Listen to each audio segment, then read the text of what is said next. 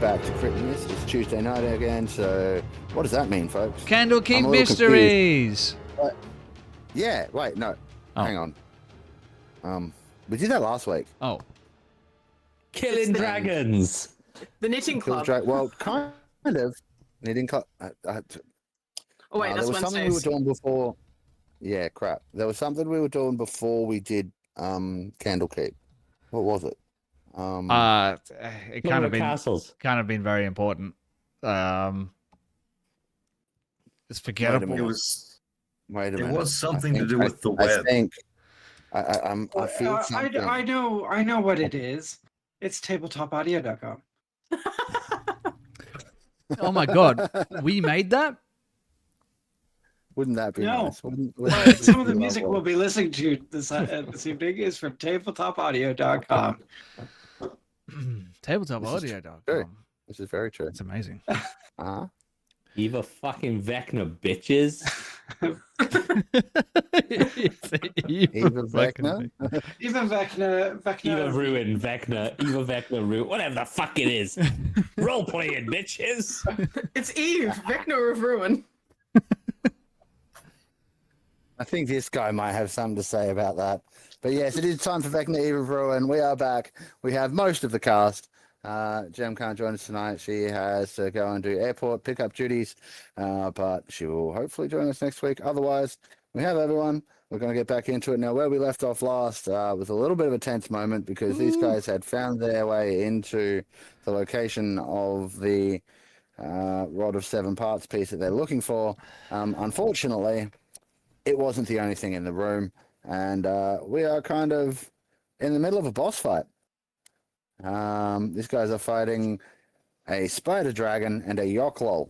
The yoklol is a demon, and the spider dragon is from God knows where, because it's not really a dragon. But I guess we'll find out, won't we? The yoklol, maybe these guys will just snatch and run. Who knows? Who freaking knows? Sometimes called the Handmaidens of Lolth, I believe. Hey. Now that's an interesting little tidbit. It'd be nice if they'd tell me these things. Yeah. Yeah, no, it was actually, they have told me some things about it. Yes, they have a tendency to serve wealth. Yes, they do, in fact. Most of them, in fact. Who doesn't from time to time? Am I right? Yeah, because we are aware that Lolth is, in fact, a demon, right? Like, yes. Not just a regular spider. So, anyways, I think we should probably get into it, but I feel like you guys might need a little bit of a moment to earn some hero points that might be able to get you out of this sticky situation you find yourselves in. Pun intended, because, webs everywhere. So, it's going to be a rough night. Who can remember what's going on? Ooh, I've got something. Yeah? All right. Go for it. I can read this doctor's log, where it's still the 10th of Kythorn, 1493. We convinced the hobgoblin with some acting. I'm actually not sure if Artoria is acting now, if she's been pretending to be mad this whole time. The creature relented and even bowed until some demon creature came from the north and forced another performance. This resulted in me being struck by the creature's whip. The lash of these creatures is a numbing pain that I wish not to repeat. It was then that an elf appeared from the same direction. She informed us that the piece of the wand is the lowest level of a subterranean structure. She said they would be amicable, but the entities down there may not be. Qualak seems to be helping Flower Child with some therapy throughout the ordeal, so that's good too. I wonder if he could help with some of my patients. We see the rod piece, but it's been guarded by a spider dragon and some kind of tree creature. I decided to summon a celestial entity to deal with this. This may have been a mistake, as the celestial ran in terror from the entity after striking it just once. We go from here. Very good, very good. Anyone else? Anyone? I'll go if y'all would like me to go. Yeah, you may. And I will say to everyone else, you can just choose to pass, and we'll jump straight into the fight. It's fine. No, we want to milk Never! this one. We want to wring this out for every little piece of content we can. Right.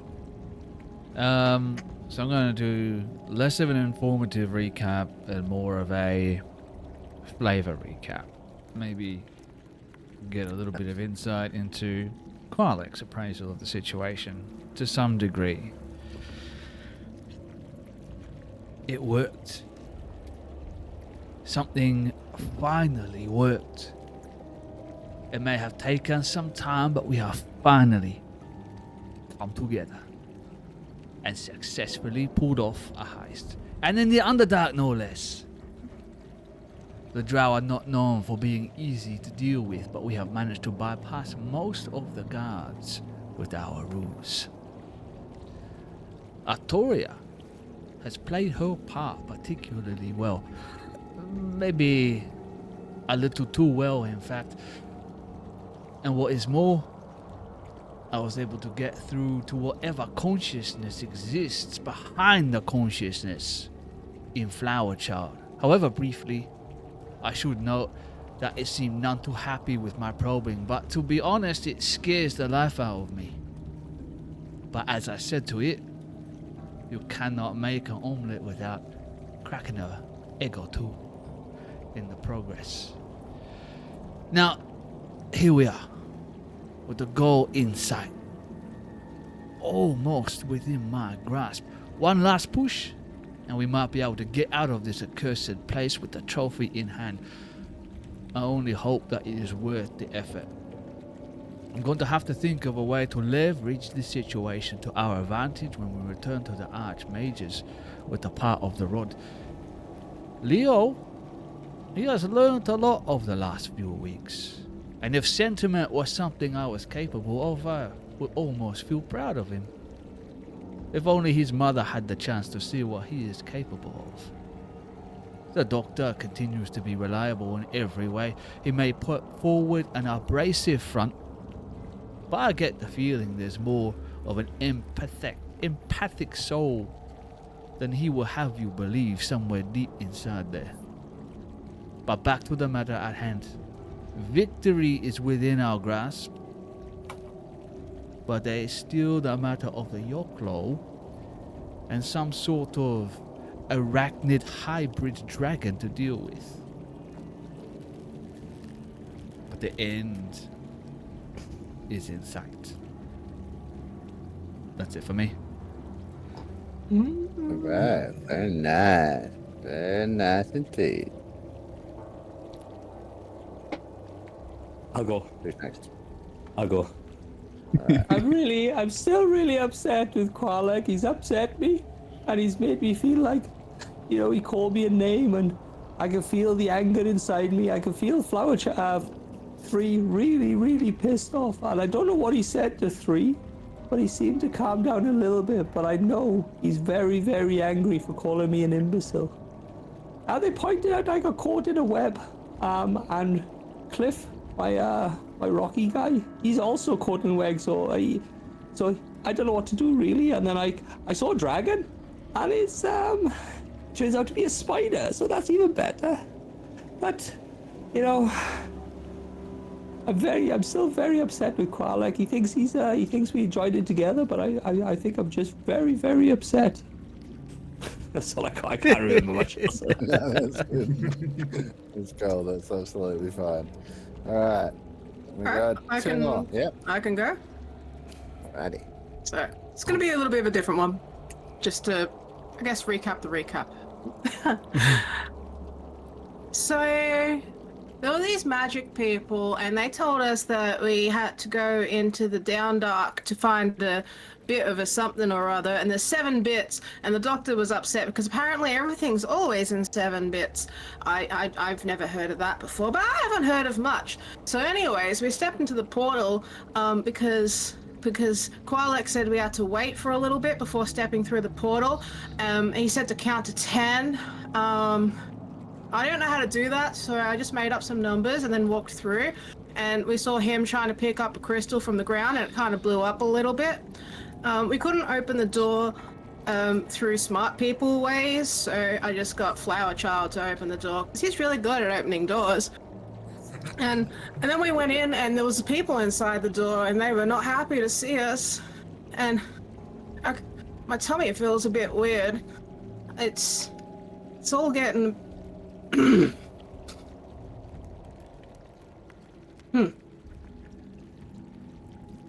Home. Interesting. I don't remember hiring these. Interesting. It seems we're here for a purpose. I don't remember what that purpose was, but I'm sure it'll come to me. I don't forget anything. And if I do, that's why I hire these individuals. Less hire, more. Well, you know. Anyway, after convincing the rabble in this room that indeed I was supposed to be here and that Lolth herself sent me, which I'm pretty sure she did. I suppose it doesn't matter, we're here now.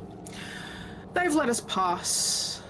The elf, well, was not drow, did seem to have an air of respect about her, which I can respect that. Any elf who takes on drow ways is someone to be feared and respected. So she's let us pass, and here we are in this chamber with various critters, and this piece that I think we're meant to be retrieving in this web.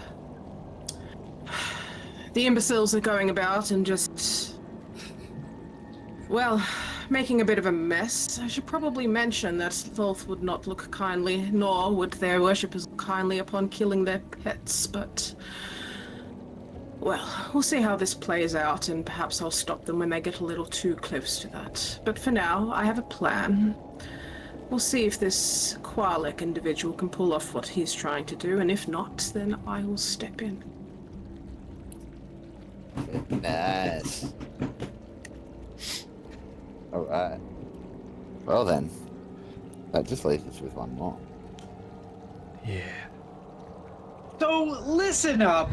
Taking us from the start of the story, my name's Leo. I started off doing what all kids do. Traveling the world, picking pockets, making coin.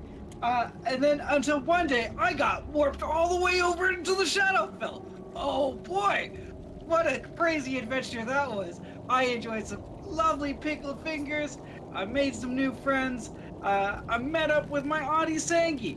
And then I met up with this ragtag crew of people and met my two maybe kind of sort of dads.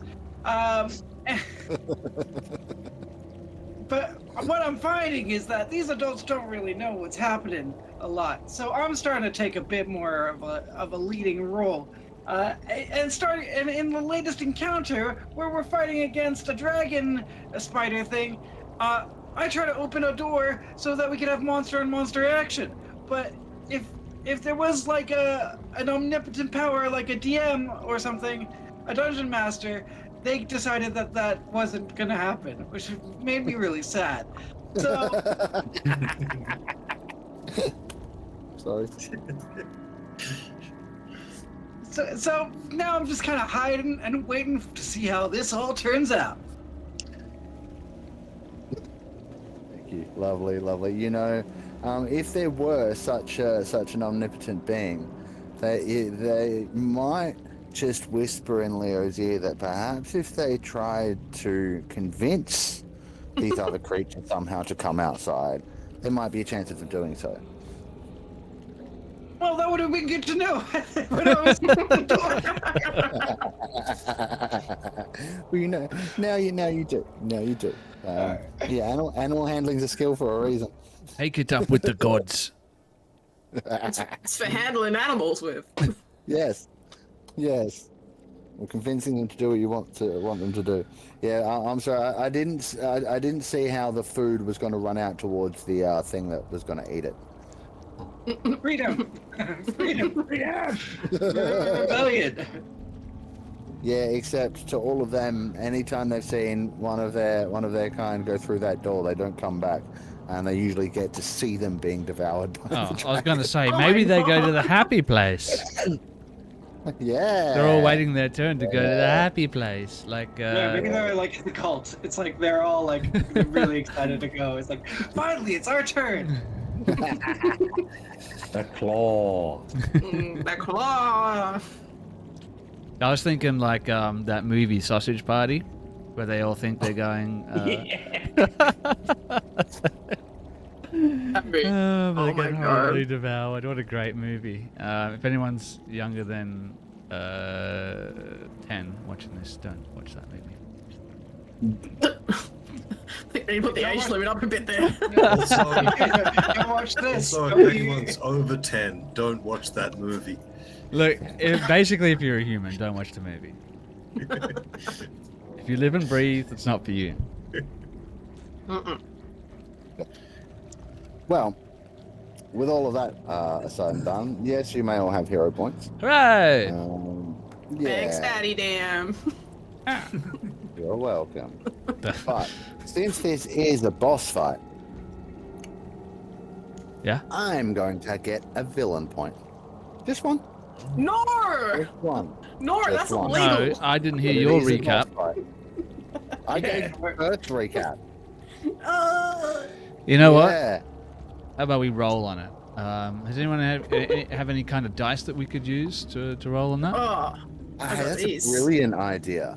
Hey, who does have dice? I know we know someone that does. I got these ones. Oh, they're pretty. Where do they come from? They I come think you from. almost see your thumb's a little bit in the way Oh, though. I'm sorry, my There we fat go. thumb. I've got some fruit bowl dice. Yeah. These are my personal dice. The raw chaos. They are super sexy. Oh my goodness. Come, folks, if you want to get yourself some of those. The only In the meantime- place to Very buy nice. dice. The only Yes. place. Yes, it is.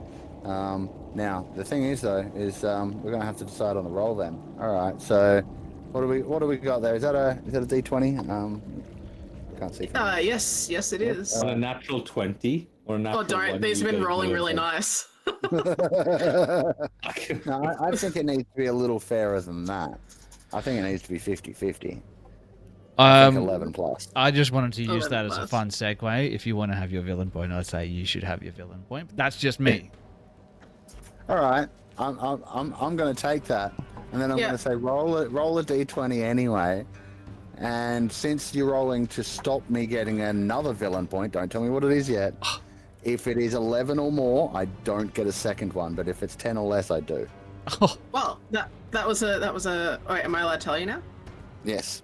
Okay, because that was a nat 20. That's why I pulled the face. Because I was like, oh no, we said if it was a nat 20, he gets to have it. But Yeah. No. Doesn't that eradicate all the villain points? yeah, it No, does actually. No, no. Aw. What Or- it does though is give you guys a possibility of not having a TPK what are we tonight. gonna do? No, not at all. There's, that isn't. CPK is always on the table. Yeah. But what I'll say is that if you guys choose to combo your hero points, Ooh. it will cost one less than the total number of points you're comboing once in this game. Ooh. So if you want to combo wombo and go 3 of you combo up, it'll only cost 2 hero points. If you want to go 2 people, it'll only cost 1. But you can only do that once. Okay. Okay. All right. One time. Okay, I dig it. All right. Yeah. So someone can use a hero point for free. Is what we're saying. Essentially, so long as you're teaming in with someone else. All right. As long as you tag teaming it. All right. Yep. So one time someone can help on a hero point action for free and we'll count it as 2. Cool. All right. In that case, folk, Yeah. we are in a cavern deep within the Underdark. Yeah, we are. Any of you who don't have the ability to see in the dark cannot. I'm pretty sure you all do in one way or another, though. So, I mean, for the most part, yes, you have those badges from Lord Neverwinter. So, most of you are seeing in shades of grey. Because there is no light in here. 50 Shades of. Stop. Yeah, look, I'm here to play a game. I'm not gonna lie. I've played Dungeon Master in multiple capacities, but I'm here for this type tonight. So let's Too saucy. Too saucy. Disagree. Too much information. Now we're but, PG you know, rated. over. Thanks. No, we're not. We've never been PG rated, man. We've been R rated from the start. There I'm you sorry. go. Yeah. So the cavern in which you're in is significantly larger than any of the others that you've passed through so far. The ceiling's like 50 feet high. Not that some of you can see that far. Unlike the rest of the cavern in here, the walls are perfectly smooth. So those of you that are climbing, Oh, Qualak, yes. you have a particular ability that allows you to climb with like sticky webby type stuff, right? Not with sticky webby type stuff. I just have a climb speed, so I would say either you can say I can't climb it, or I'm going to need a check to climb it. I think I'm so. going to say you can, but any significant amount of climbing is going to require an acrobatics check to get it right. When we're talking significant, do you mean like if I want to double Anything more than move? half your speed. Oh, so we're going to count it as like difficult terrain type of thing. No, you still move at normal speed, but Yeah. if you want to go further than half your speed, you roll a check to make sure you can get that far. Yeah, okay. All right. Yeah. Okay. I Yeah. have a slippers of spider climbing, so I feel like that would cover sticky You'll slimy. be fine. You're all good, Yeah. man. Spider Oh. spider walking, you're fine. Same as with these guys. They've got similar stuff. They can go all over the walls. And stuff you're a and all over the teenager, web. so you're sticky regardless. You are also, I We believe, covered that last time. Yeah. I believe those slippers would also allow you to move through any of the webbing without penalty as well. Hells yeah. I believe. I'm not sure if it says that, but I feel like if they're spider climbing, they should. Yeah. So again, massive cavern. The walls here are smooth, so not hewn out by regular digging or by natural erosion. Something did this, probably some kind of magic. Again, the place is covered in webs all over the place, mostly focused in the central area where you can see the Yochlol, Bigby's hand, and all that kind of stuff. But also, the Yochlol did cast a web spell around where Keith is. And is it still Keith? Oh, it's Cliff. Cliff. Cliff is, yep. And then the spider dragon emitted a whole bunch of webbing as well. Now, that isn't just a flat web on the ground. That's a 30-foot cube of massed webbing that's seeming to, almost stand of its own accord. It is, attached to the walls and the ground, but it's so thick. It's like not ordinary webbing. This has come from the dragon itself, and that is the same for all of the webbing that you can see drawn onto the map. That's all spider dragon webbing that is really thick, really strong. Now with that, you can see the Yochlol. Those of you who can see that far, again, depending on your dark vision ranges and whatnot, the Yochlol's about 70 feet away. I need to ask you, Sven, how is it that you are actually seeing that far? I can't remember. I know we figured something out. 120 feet of true sight True granted sight. to me by my robe of eyeballs, not unlike the one No. Jess is wearing tonight. Yes, lovely. All right, so that's perfect. So you're the only one who can actually see that far, other than Leo. Leo, you have dark vision, yes? Yes, correct. So you can see the Yochlol. You can see up in that direction.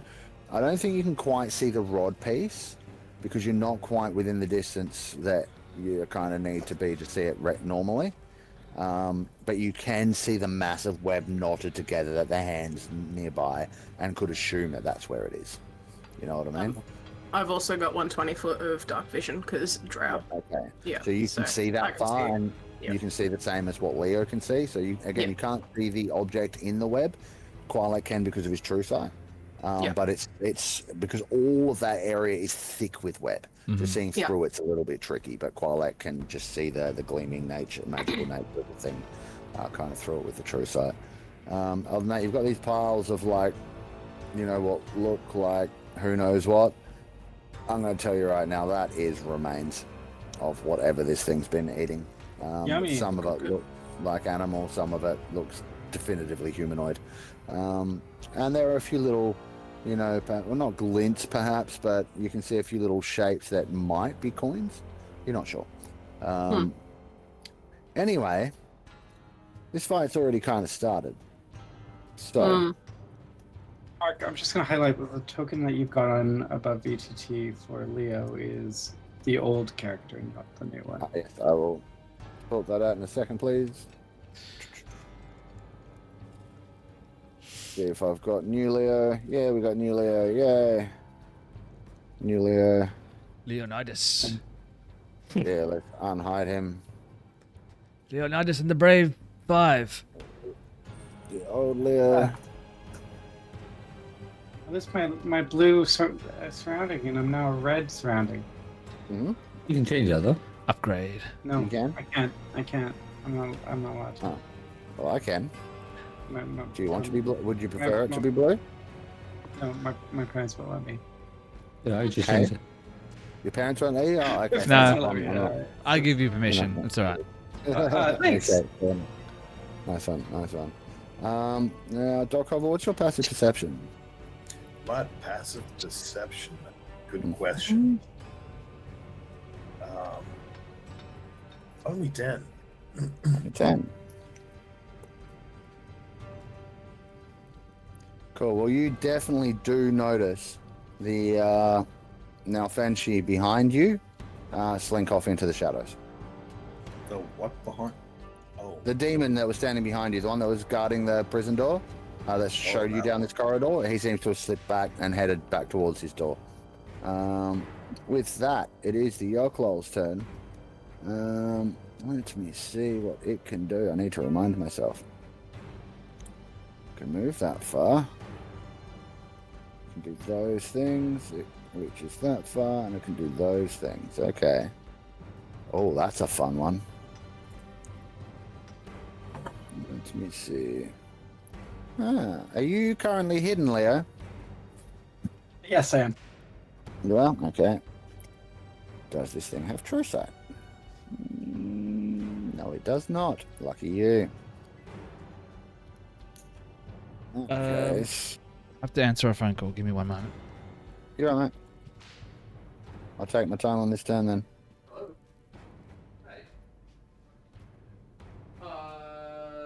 Oh, no. Thanks. Bye. Yeah, these things ain't stupid. All right, then.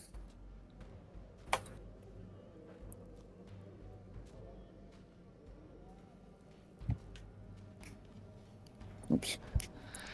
All right, so the Yoklol slimy form is going to start sort of like slithering and leeching its way downward through the web, getting itself to ground level and then slithering across to the ground, moving about 10 or 15 feet closer to you guys. Gross. At which point, it seems to focus its gaze on our simian friend. Me? Why? you. I am the Well, least because- imposing of everyone here. I'm very small. Except for the giant hand you summoned very quite near to this thing Yes. a moment ago. But does he know Yeah. that? Could be Yes. anyone's hand. Yeah, except you cast a spell to create it, right? Maybe. Yeah. So, No. how do you feel about doing a little wisdom saving throw for me, please? As this thing starts to babble at you in Abyssal. A little wisdom saving. So, oh shit, I can understand Abyssal. Can? Oh, wonderful. Well, you can very much recognize this as the Abyssal version of the verbal components for the Dominate Person spell. I'm not a Nor. person. I'm shit. You know what? I'm Hadozi. I'm Hadozi. I'm mean, not a it is- person. I will say it is casting a spell, Okay. and it is within 60 feet of you. Okay. Go Then on, go. yes, I have a reaction I might be able to use here, and let me just have a look if I have it prepared, because I'm not sure, and I have not looked at my character sheet for a little bit. Shit. I can understand Abyssal, Yes, you would have the same awareness. and I can cast counterspell.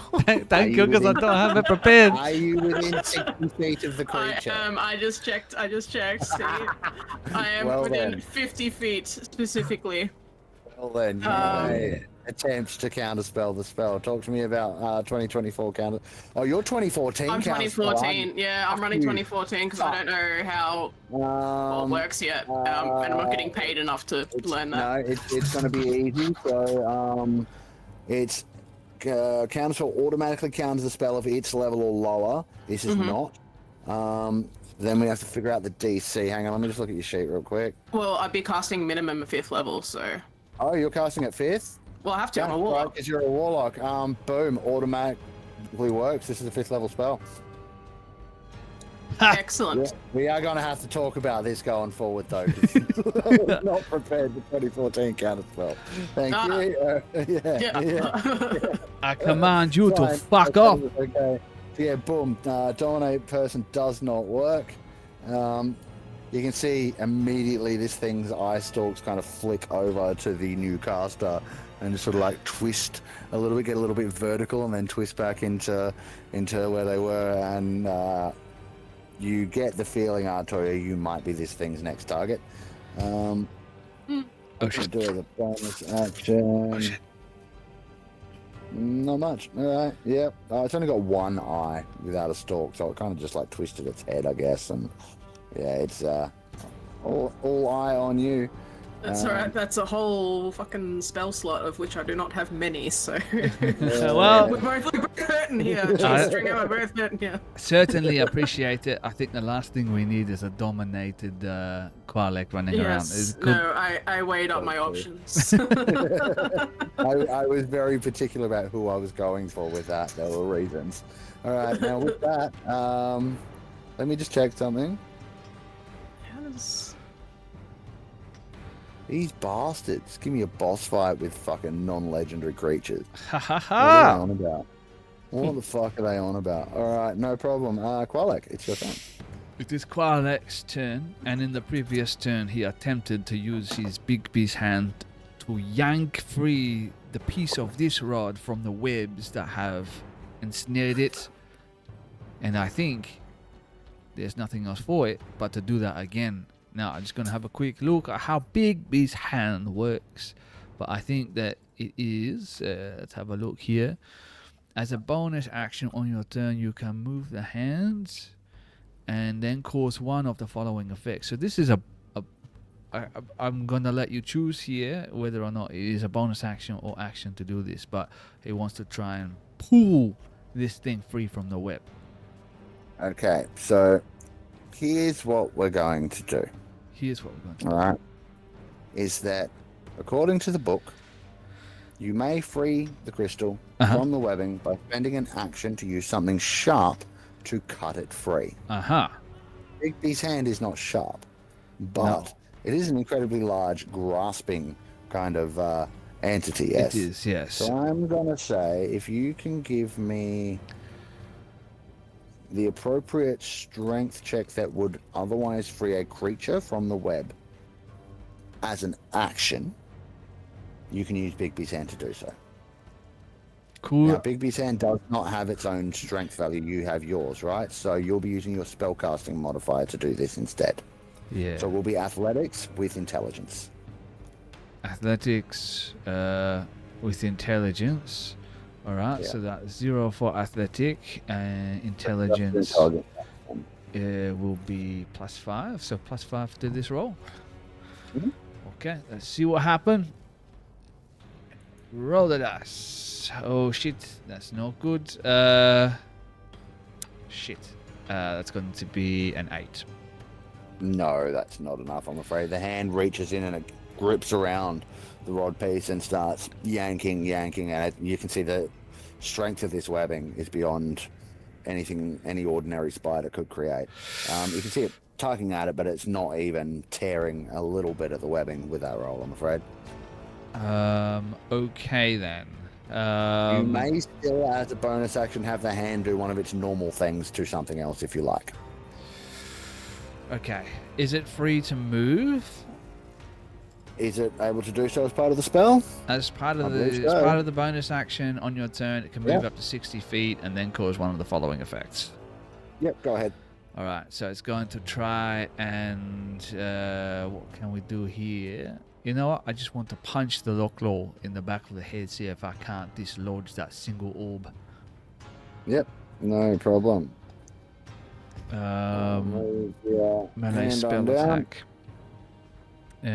So I'm going to roll that melee spell attack. That's going to be 19 to hit. That is definitely a hit. Okay, very good. And then it is 5d8, so I'm just going to roll that here because it's going to be a lot easier.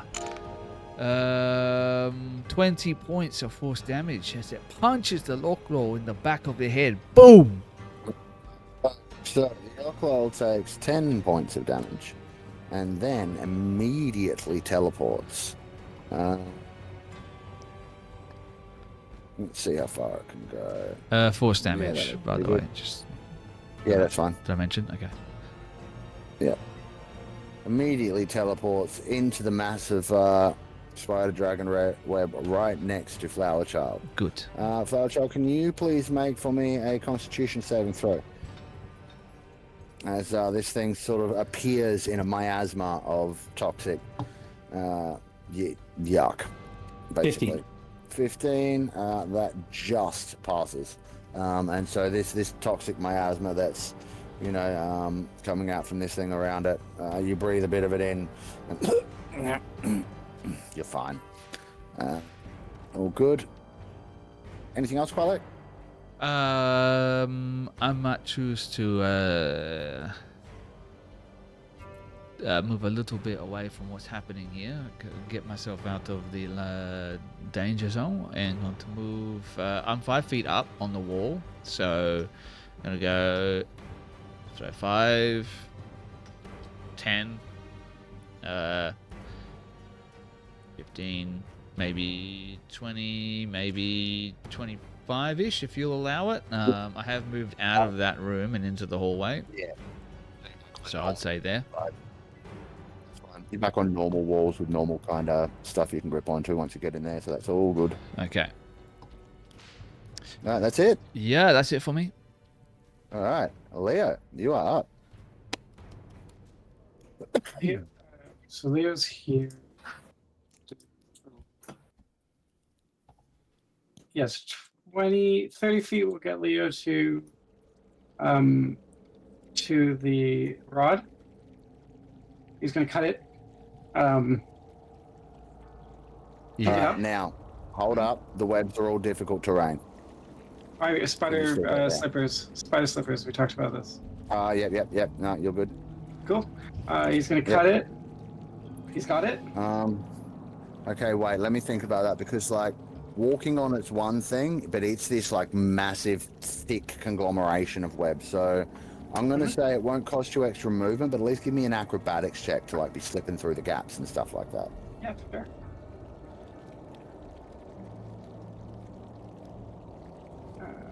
It'll be a 14 All acrobatics. good, not a problem. Yep. So it just requires your action to cut it free if you have something sharp. Cutting it free with my dagger. Yep, done. You now have it. Cool. The moment you take hold of it, Mhm. you instinctively know that the next piece is somewhere in the astral sea. Cool. Whether you know what that place is or not, I don't know. But I don't think know. Leo would know, but he knows it's in the ocean somewhere. Well, it's in a place that feels like you're dreaming. It's the Yeah, Pacific Ocean. It's the Pacific Ocean. All right. Yeah. Now let me so- just check and let me just check and make sure there's not anything else I need to be telling you at that point. Cool. Just need to find the right page.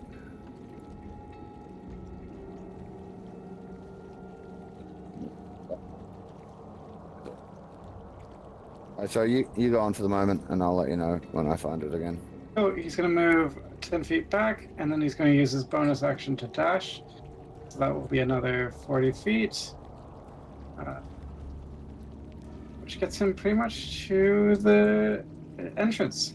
So it gets him behind this guy. Or unless we're saying it's difficult terrain, so we'll say he gets to here. So with you doing that, I know you were hidden when you went to, duck out from there, but you have moved through plain sight. Oh yeah. Um, I'm not hidden yeah, now. yeah. So both of these creatures see you, and in particular, the dragon does not. The spider dragon is like screeching. Do any of you? Let's see if it has language. Yeah. Do any of you speak Draconic? Not do all not. said the fly.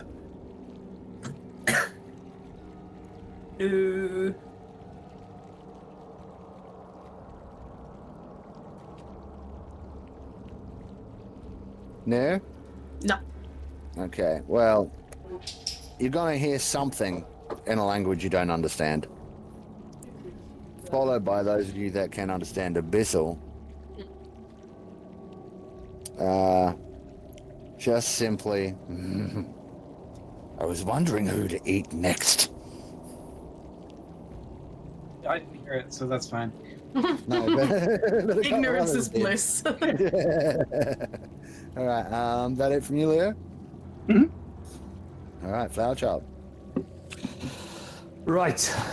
Shit. I'm in a little bit of trouble. All right. Can I? When does Cliff go? Is it Cliff straight after me? Yes. But Or on mine? before anything happens, I need a dexterity saving throw from you, please. Yeah, man. You can see the effect. It's the web, so you have your advantage. Yeah, got advantage. So dexterity is a +1. Yep. I have advantage. That's 13. Oh, so 23. But no, it's not. Yeah, Oh all right, shit! so- Sorry. 13. For some reason, it added up together. All right. So as much as the webbing that you are in is difficult terrain and lightly obscures the area, you are not restrained by it Cool. on this turn. Awesome. Cliff goes after me, straight after me. Immediately after you, yes. Immediately. Can he go before me? No.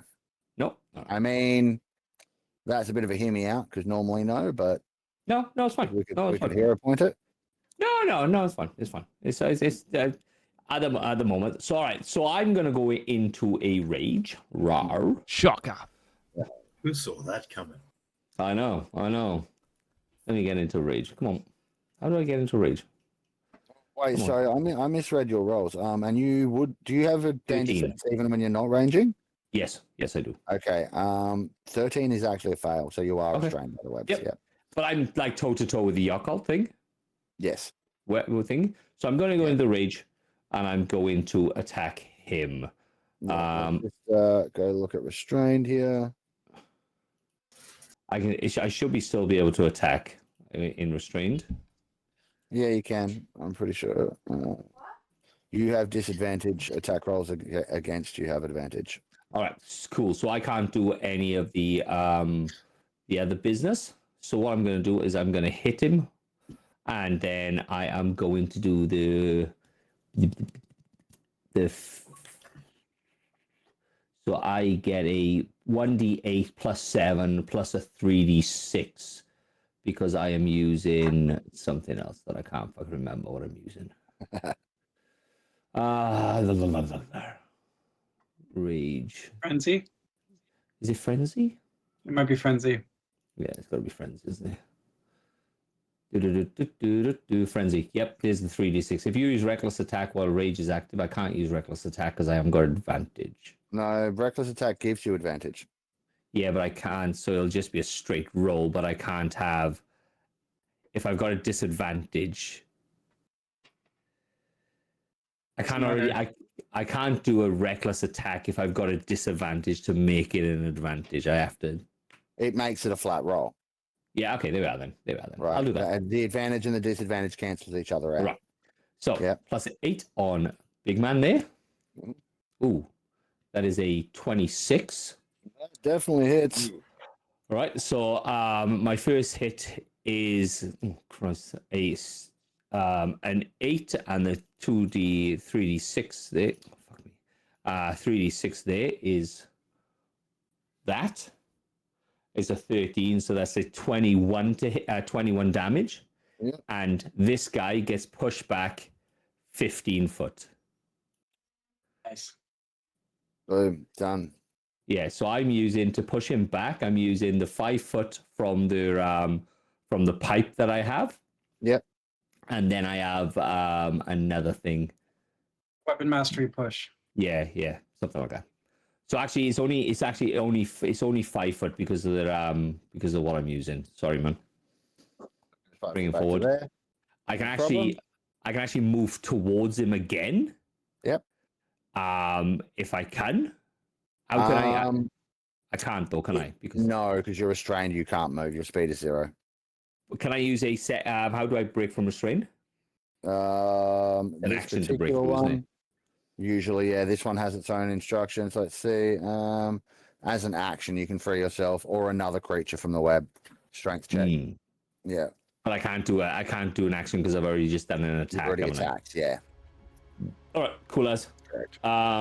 That's all he can do. I am in rage though, so let me just change my token. Yep. All right, and then that's his thing. I'll change his token in a second. And then Cliff. So what Cliff's going to do? Cliff has Earth Glide. The elemental can burrow through non-magical unworked earth on stone. While doing so, the elemental doesn't disturb the material it moves through. So he can move 30 foot towards me. Okay, And the ground non-worked earth and stone. and stone. This And wood. entire room Worked? has been worked by magic. So do you think that would count? It's been had stone shape used on it. Yeah, he's not going to be able to. He's not going to be able to go through that. Yeah, no problem. So he's going to walk forward then, towards me, as much as he possibly can, No problem. if he can. Oops. Oh, Yep. I can't hold him at the moment. You can't? Why not? Let's see here. Checking settings. You should be able to do it, but for some reason, whatever. He moves 30. Now he does have to go for a web. Oh wait, 1 second. Actually, I think How much damage did you do on matey? on Yok 21. 21. Let me read. He passed with his concentration check. Okay. But I do have to roll one for Qualek's damage before as well with Big Beast. Also passes that one. So yeah, the web is still there. Oh, actually, he has a disadvantage on mine. Oh really? Yeah. Why? Let me quickly think. I've never used this thing, and it's a weird little thing that I have. I don't know why. Mage Slayer. Concentration Breaker. When you damage a creature that is concentrated, it has disadvantage on saving throws. It makes them maintain concentration. Got I'm not five in biting that you. case, he failed. Natural 1. Yep. Boom. So there is no web in that area now, as of this moment. So your guy can move 30 feet, or probably Awesome. close to. Maybe So there not I quite can- because the other web is there as well. Yep. And so what he's gonna do? He has my geezer. My geezer has a thing called. Wait until it turns up. He has a thing called Rock Launcher. Range attack roll +8. Range 60 foot. 1d6 +5, so it's not that big a damage. But if the target is large or smaller, the creature has the prone condition. So, how big is the dragon? Huge. Huge. Gargantuan. Okay, so I can't hit Not it. So I'm gonna hit the candle thing. Yeah, no problem. Like a candle in the wind. What's the reach on your elemental? 60 foot. Oh, my No, reach. yeah, what's his melee attack reach? I'm just going to propose something kind of cool here as an alternative. Oh, 10 foot. So my elemental Would is you going like to him reach. to throw Flower Child as the rock launch instead? Oh, Yeah. at the dragon. At whatever you like. Definitely. Yeah. For the first attack, because I have 2 attacks, I'm Yeah. gonna pick Flower Child up and throw him at the dragon. All right, and I'm giving you that one as a not even a hero point. Like you can just fucking do that because that's cool. Right. So I'm over there now. It is risky though, because whatever damage the dragon takes from the rock launch, Flower Child's also going to take. That's fine. And then I need him to make me an athletics check or fall prone at the dragon's feet. All right, cool as. Athletics, he gets advantage on. Yep. That's a natural 20. Yeah, it is. Where on There the it dragon is. would you like to land? I want his fucking horns. You get advantage. You want to roll again, see if you get a Wow. 21. I am on his head. Flowchild is on his head. You can see he just roars. He's like, Qualek, I'm coming for you. as he gets thrown. Uh-huh. So, Right. Now go ahead and roll me the damage from the rock launch, and oh sorry, yeah. That is a that's 10 points of damage. points, right? So Starchild will take half of that because he's raging. Yep. The dragon will take 10. So that's 5. We'll take damage of 5. Don't. And it's still Cliff's turn, I believe. And then Cliff is going to think, and then he's going to throw another rock at the Yokalog. Yep. At that is a 15 to hit. That just hits the Oclo. Cool. And he takes he takes 11 points of damage, and now he's prone if he has the ability to go prone. Let me check. Yes, indeed he does. Knocked the splodgy candles string cheese guy on his fucking ass. I'm trying to picture what that looks like. And that is my round. It looks like, you know, when a candle has been out in the heat too long and it starts to droop over. It kind of looks like that. Dragon, I'm coming for your horns. I'm coming to get your horns. Give me your horns and I will let you go. Let me. Now speaking in abyssal, so that, you know, just so that those of you who can understand it can hear it, it's just like, you can have my horns right through your chest. It's going to be attacking you, Yeah, man. being that it's its turn. Let me just do a little check here. Okay, recharges. Spitling breath. Let's see. Does it get it? Yes, it does. And stifling webs. Does it get those back? No, it does not. All right, so it gets its breath weapon back, but not its thingies. Now, you're kind of like holding on to its horns, right, Sevs? Yeah, like on top of his head. Yeah. I don't know if you can see. I mean, So because you Oh. because Yeah. you're not grappling it, he can kind of like just throw you off him if he wants to. Oh, definitely not grappling. I can't grapple. Yeah, no. I'm feeling like you can stay there, but you're going to be the focal point of the breath weapons going through you at whatever else he decides to hit. So now he's just going to choose a new position because this one's getting a bit boring. Let's go. How far can he go? It's a long way. Yep, cool. So it's 50 out, that's only 30. Let's go fucking through the web like it's basically nothing. Fucking over the top of his body. Let's say come around to here maybe? Maybe get a bit closer. It passed through my my rock guy. I get attack. Oh, yeah. opportunity. Rock guy will get one if he goes far enough, but at the moment he's moving around him. He's got 10 foot. Yeah, but he's got to leave your reach, not enter it. And he hasn't left. Fucking bullshit. Yeah, I know, right? At which point he's going to unleash the breath weapon into the doorway. And the So breath, that's it's good. breath of That's illegal. healing, right? That's what it was. Yeah. Oh yeah, 100% breath of healing. Yeah, no, not at all. Aw. So, Mark, yes, is he hitting me? I was going to say yes. I might All give right. you. If you want to hear me out something, what do you?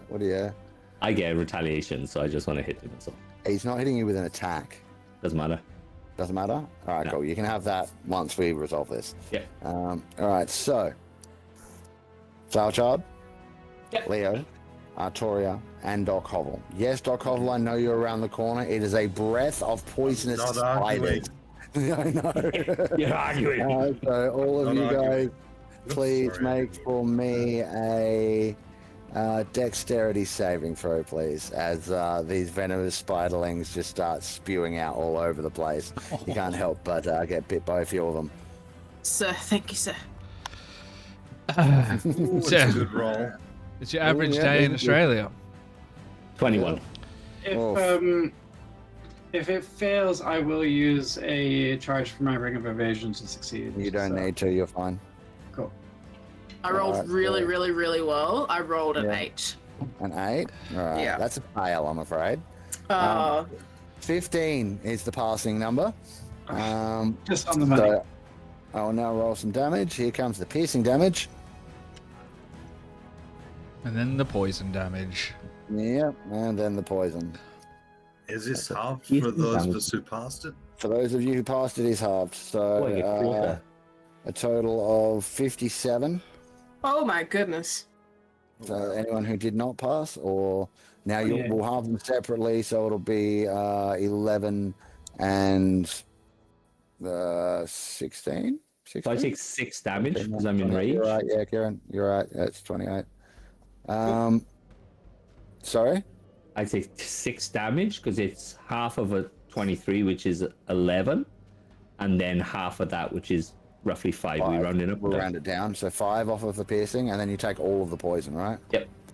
So yeah, piercing for you and 34 poison. Oh, well, half of that if you passed. Oh yeah. So, That's, 17, yeah, so 22 all up for Okay. Flower Child.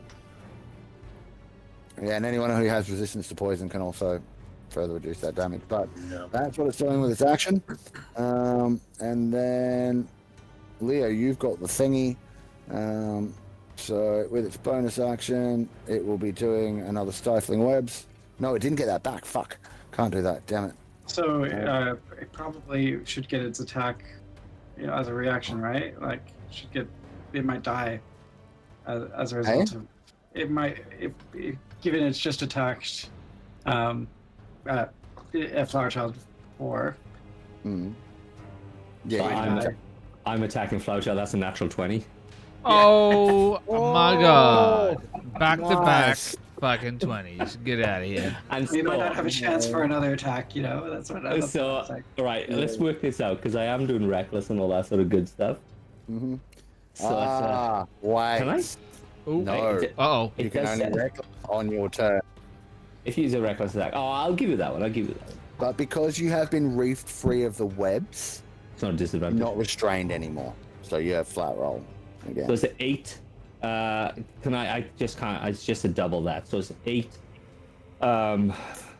That's 15 points of damage straight off the bat, and I'll roll another I'll D. hit it first. 28. Oh, you rolled an at 20. Sorry, my bad. Yeah, no. So yeah, you max the damage and then roll the extras. Yeah, my bad. Yeah. It's all good. Oh, fuck me. What? So that's no. 16. That's 16 points of damage. 16 points of damage applied. Boom. Now you can destroy Leo. You know what? This is where I'm going to use my villain point. Oh boy. I'm scared. Well, Yeah. I never told you what my villain point was going to let me do, did I? No, so I'm scared. Yeah. Look, I want to make it pretty simple. I wanted him to use his stifling webs because you guys are trying to get out of here with the piece. He's trying to do everything he can to stop you from doing so. That's his treasure. So I'm just going to use my villain point to recharge your stifling webs for free instead of that failed roll I did before. Can I just interject? I just Googled, and by all accounts, I'm allowed to use reckless attack on an attack of opportunity. Really? Yeah. So Yeah. you want to re-roll the nat 20 you just got? Well, no, He I wants to just, have the frenzy. He wants to I have the frenzy. damage. Yeah. I think yes. Ah, The moment reckless attack is triggered, all attacks are going to no. That's don't ignore me. what does it say? Yeah, it doesn't say much. Actually, I fucking read it wrong. But yeah, I'm pretty sure it's attacked on your turn. Let's have a look, skis. Nah. Ignore me. No problem. So in which case I'm going to create another 30-foot cube of webness. Let's go about there-ish. So And it's just filling that whole fucking corridor Fuck now, so me. you're all in that. Let me just draw.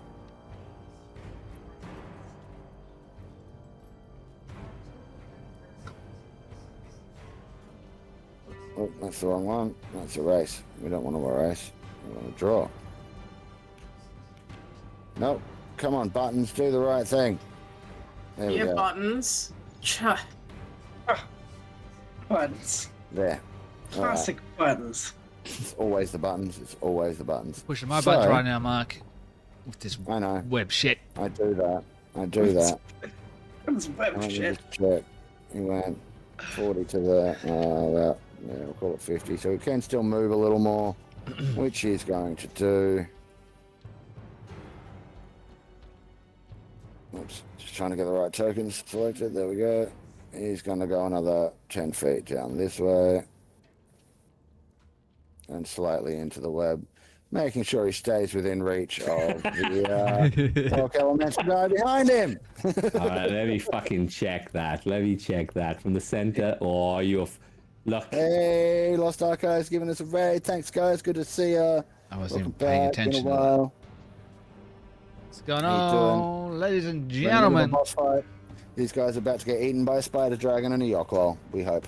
Well, I hope. No. No, absolutely not. Some of us We are. can all only hope to live in a spider dragon's belly. Yep, right. So, speaking of the spider dragon, that's the end of its turn, which means, Artoria, can you please make me a dexterity saving throw? Yes, sir. Thank you, sir. Okay. First of all, we did our wisdom saving throw for reasons, and that is an 8, so we're still Yes. an arsehole. And for the dexterity, that's 16. As a pass, you are not restrained by the webbing. It is, however, difficult. It is difficult terrain. terrain. Okay. Yeah.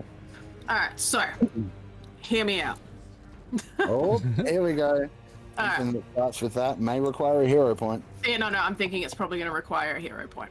So, so my plan is I would like to move up to where Leo is. I'm going to yell towards Flower Child, "The boy's got the piece. Get out of here. We don't want to be killing these creatures or the drow will come down upon us."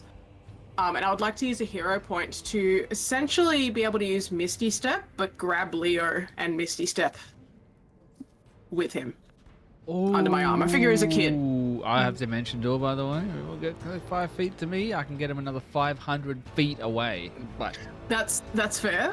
That is fair. We Yeah. can do that. But Or with it my would mean a 30-foot. So from where I am, 30 foot would be just shy of the webbing. You could, I'm going to say with that, you can quite easily get to, hang on.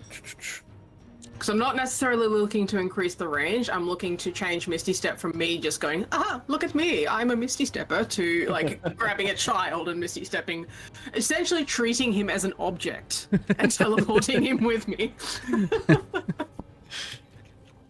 Which coincidentally I is would right next say to Koala. because you are actually playing God. your actual drow self, my you God, actually yes. see him as an object rather than a person. That's right. I can roll with that too. You're giving us the hero point. Yeah. And Leo, the only remaining question is, are you willing to go with? Yeah. Yep. No, Yeah. no, say no. Say no. Boom. You are now there, same relative position. That Also, works. I do have in my notes that I am on my broom of flying, so I would have grabbed him, put him on the broom, and be like, fly, you fools! Away, away. I can okay, show but- you the world. I am Release going the to allow monkeys. this, but you did grab him and put him on your broom. That is a grapple. So that's going to be your action and your bonus action to do this. I'm not bitching. I'm not bitching. Yep. That's fair. That's fair, Dan. That's fair, Dan. Done. Because I don't really want to kill these things. Because I'm like, I don't really want to Yep. pick a fight with Yep. these people. Yeah. He does still have the little rock thing, though, right? He didn't just Yeah, leave he that does. behind in the mud. No, Okay, cool. He still has that. Sorry, I didn't realize that was Yeah, there we go. Yes. All right. And so then I've actually still got 25 foot of movement, so I can look at Quilek and go, yeah, maybe dimension out, but she's a little fucking torn on that because she's not entirely sure that Flower Child is actually going to leave this dragon alone. And Quilek's not actually sure that's such a bad thing for him at the moment. And it's like sort of weighing it up. All right, now she's going to move slightly further away because I think she's going to also figure that Quilek probably wants to get out of the webs too.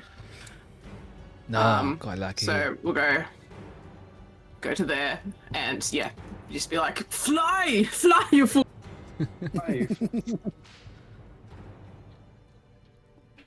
Alrighty then. Well, that being the end of Artoria's turn, Doc Hobble, you're up. Now, you seem to have already put restrained on yourself. Is that what that is? I think that's from last game. Okay, well, don't worry about that for now, but leave it there for the moment until you can pass a dexterity save for me. Because at the start of your turn, that's when you've got to make one for the webs.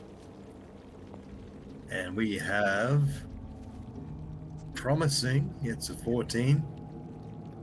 That, I'm afraid, is a failure. Oh, You are restrained by the webbing. So, as you know, speed is 0, attacks against you have advantage, disadvantage on your attack rolls, and you have disadvantage on future dexterity saving throws until you are no longer restrained. You may use an action to try and free yourself. Otherwise, you can use teleporty hijinks if you have them. Yeah, that's kind of the situation. I'll also point out that this is a 30-foot cube of webbing. So this entire space is filled with it. There's no getting away with it by being on the roof or walls, Quilek. How is this webbing so symmetrical? There's a perfect cube. How does he even manage to do that? That doesn't make any sense. I don't know. He's a spider dragon. They can do all sorts of funky things. So, Dog Hobble, it is your turn. But if you do manage to get the ability to move back, it is difficult terrain until you get out of that area. Right. Well, I've seen, have I not, that either Leo or Artoria, are they carrying the wand piece, or am I imagining this? I mean, Leo, where'd you put the... Oh no, Artoria said that he has it.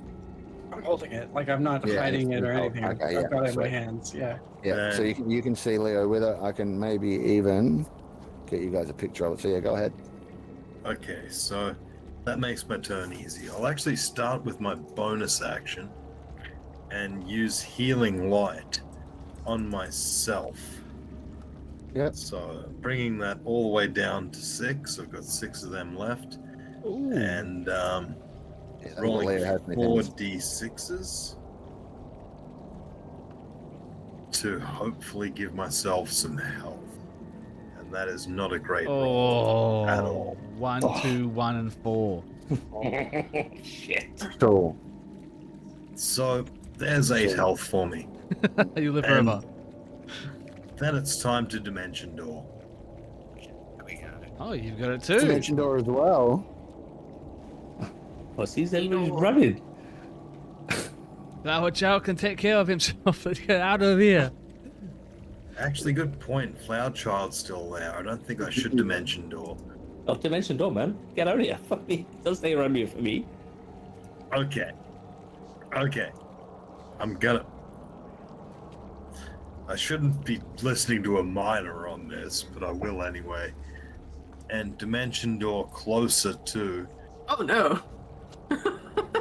actually to the other side of... Sure, Geoff. What's that? Are you sure about this? I don't see why not. Go ahead. I'll actually keep it behind. Just Dimension Door out of reach, out of the web. A big spell just to get out of the way of the webs, man. It is a lot, but this You might do be a raise good kitchen point. sink. But next short rest, I'll get that spell slot back. Also, we've definitely like really screwed over Flower Child. Yeah. is in a bit of a shitty situation here. I'll do what I can. Yeah, you're in a tight spot. No? Nah. Confident? Nah. You got dimension door too? Well, Yep. there is something after my turn. Because, let's see now. What's his face? My celestial creature. And it's scared, but it could probably break out of that. About So- that, how did it get scared? Was that a result of one of the cards? I think it was. We do currently have a card in play. Let me just quickly have a look at which one that is. That is Whispers in the Dark. When you make a weapon or spell attack, deal an extra 1d8 psychic damage, then make a DC 14 Wisdom saving throw. On a failure, roll in the short-term madness table. So that may be what has happened. That's probably what happened. Yeah. Yes, So that is. everyone that's made an attack Choose. since then? Choose to channel the whispers, so they can Okay. choose to do so. Yep, so this thing has this and the short-term madness we got for it was this running away thing. How long did that last? That's a good question. I'm going to have to find what we actually rolled on the short-term madness table, and I might be able to tell you a little bit more about what the length of that is. Now, I believe we rolled somewhere between 31 to 40, becomes frightened and must use his or her action and movement each round to flee from the source of fear. Short-term madness, 1d10 minutes. So this whole combat, I'd imagine. Yeah. So unless someone does some kind of restoration-y something, this guy is going to basically, Geoff, I'm afraid, back itself into the corner because that's about as far away as it can get from the dragon, which is the source of its fear, and huddle up there. Well, that's useful. You know what? You know what? You know how I offered you guys that team combo hero point? Mm-hmm. I'll also let you use it to clear the madness on that thing. Ow. Ow. I'll use a hero point to clear the madness. You use your own hero point? Okay, no I'll problem. use- I will also use a hero point. Oh, no. Sorry, is that not team hero points? I'll use Doc Hobble's hero point. I was offering you guys the alternative of as a team saying let's use the team hero point, but Doctor will just use his own, so that's fine. So in which case that'll happen before his turn starts, and you can act as normal with the Celestial Geoff. Okay, well, you know what I'm going to do with Celestial. Did you just say Celestial Geoff? Because that's great. It is now a Celestial Geoff. My name's Geoff. My name's So, Geoff. the Celestial Geoff is going to attempt some surgery with its Radiant Mace. And I'm going to try and surgically remove its legs with my mace. With your So- mace. Oh yeah, that one. Radiant Mace. So it makes 2 attacks. Well, it does. Your spell attack, I believe, is the. Oh, it's already sorted out. Is your spell attack modifier +9? Good question. Just check that, because I think I made that template based on my character, so it might not be the same. Just look at Eldritch Blast or. Oh yeah, like that. mine's +8. Alright, so it's one it less should be than a that. 12. Which is a miss. A 13 was a miss anyway. And second Oh, one, yeah. I'll just roll Eldritch Blast because that actually is a +8 roll. The damage This looks a on bit more promising. that's a hit, and the damage on the stat block you have there should be correct. So go ahead and roll that. It's the D10 one. And it is a big fat 12. Radiant damage. Oh, radiant damage, and then roll a D10. And I was gonna say, yep, I get to roll a D10. And you may give that many temporary hit points to either yourself, as in the Celestial Geoff, Flower Child, or the dragon. Your choice. Definitely Flower Child. Okay, Flower Child gets 5 temporary hit points. Yay. Want to do the dragon? Hey? You sure you didn't want to do the dragon? It's just a dragon. That really is what I was hoping for. Let it suffer for a little bit yeah. longer. Oh, dang it. Dog Hovel, being that you've teleported yourself out of the webs, you can take the restrained condition off of yourself as well. Moving on, the giant lizard group is really not interested in getting eaten, but all the commotion's kind of moved on down to there. So let me just look-see here. Yeah, you might hear some scurrying as these guys kind of run up to the far northern end of that cabin trying to get away. But they get kind of caught in the webs. Oh no, little guy. Oh, bird. I dimensioned all them out of there. And then, okay, Maltalk. Let me see here. So,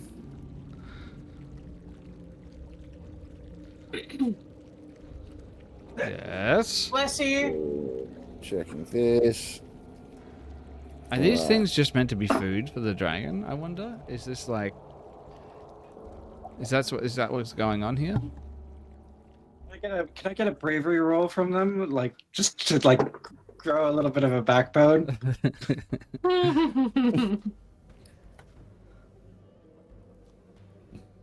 So at this point, let me just check languages.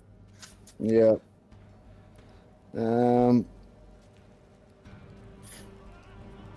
You're going to see that Nalfenshi you met earlier emerge around the corner. Nalfenshi, something like that. Let me show you again. We'll show everyone what it looks like. Kind of looks like a winged magical minotaur. Oh. Yeah. Good. And Cool. Reinforcements have arrived. yeah, and it's a great thought to be having, and you're probably having that right up until the point that it starts radiating this blue-black nimbus of just sheer fucking horror. Oh, no. And I need everyone within 15 feet of it, so that's Leo, Artoria, and Doc Hovel. So please make me a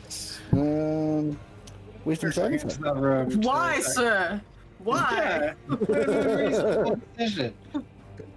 It seems like every time I'm just outside of range of everything, and it is amazing.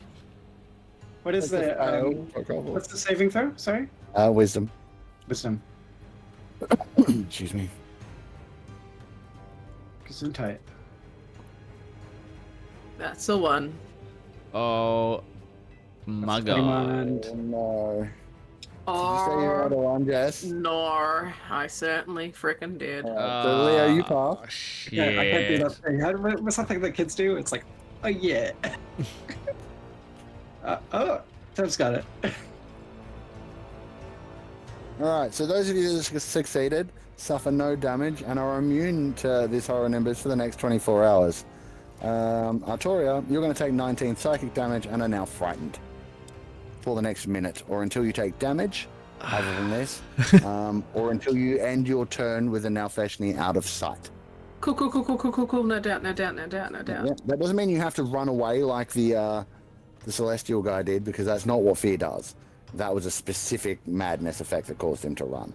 You just can't get any closer to it, and I think you have disadvantage on basically everything while you can see it.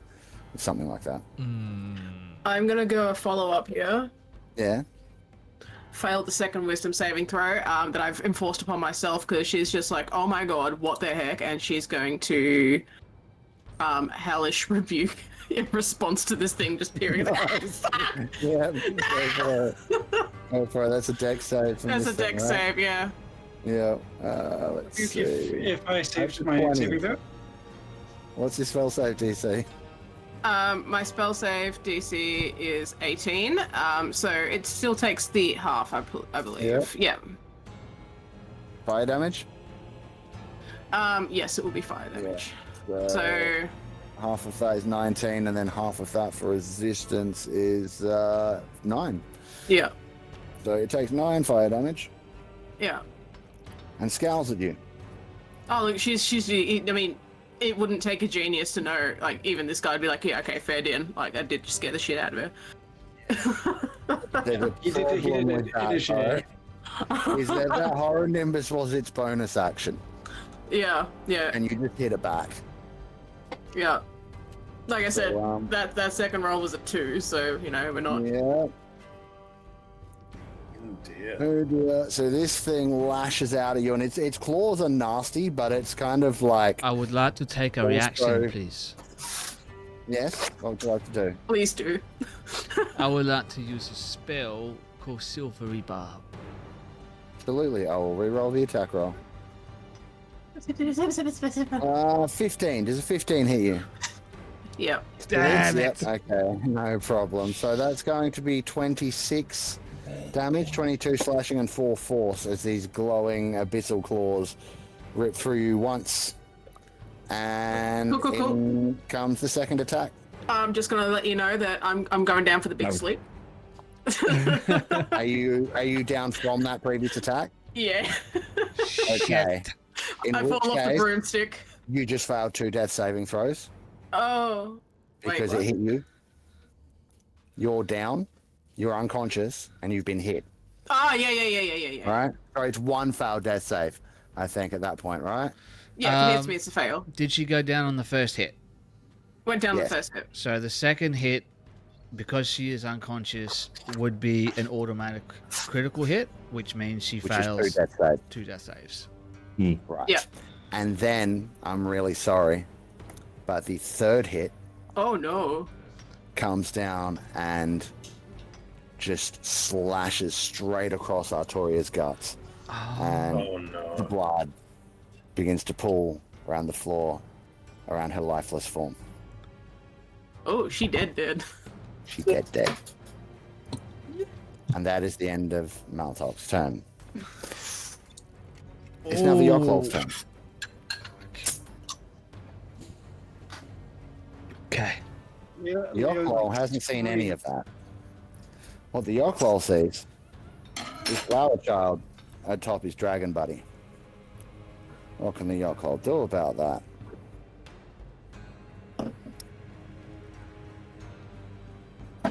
He can move 30 feet in this direction, which is just enough to get... He has Yep, to go up from close prone enough. because he only can move a half. Yep. Okay, gets up from prone, can only move half. Pardon me. All right, that means you can only go 15. Means you can get to there, which means he's probably not reaching Flower Child. No, he is not. All right, in that case, he will be attacking Cliff. How dare he? Yeah, well, it's going to be the way it is. Let's see. So, 2 of these. It's going to be a 24 and a 12 to hit. So I believe only the 24 will hit. Yeah. Oh, I can do that at range? Holy fuck. I didn't realize I could do that at range. My bad. So that's going to be 25 acid damage to Cliff. And then... Yep. Cool. It's going to, as soon as this pops up for me... What was that 25 you said? Yeah. Yes, 25. That is 117, I think it is, off the top of my head. Oh. And then it's going to send out another regular size web. Because it can. Do that in yellow to match the Yoklaw. Get a rectangle. It's going to go about there-ish. And he's attempting to kind of like, he's spraying this out across like the top of the dragon where Flower Child is, like around the dragon kind of thing, and the Celestial. So it's kind of draped over that. It shouldn't be too much of a big deal for you, Flower Child. Might give the Celestial more issues than that. That will be movement attacks. Doesn't have a bonus action. I don't know. Yes. Doesn't need to bother with it though. Alright, Qualek, you are up.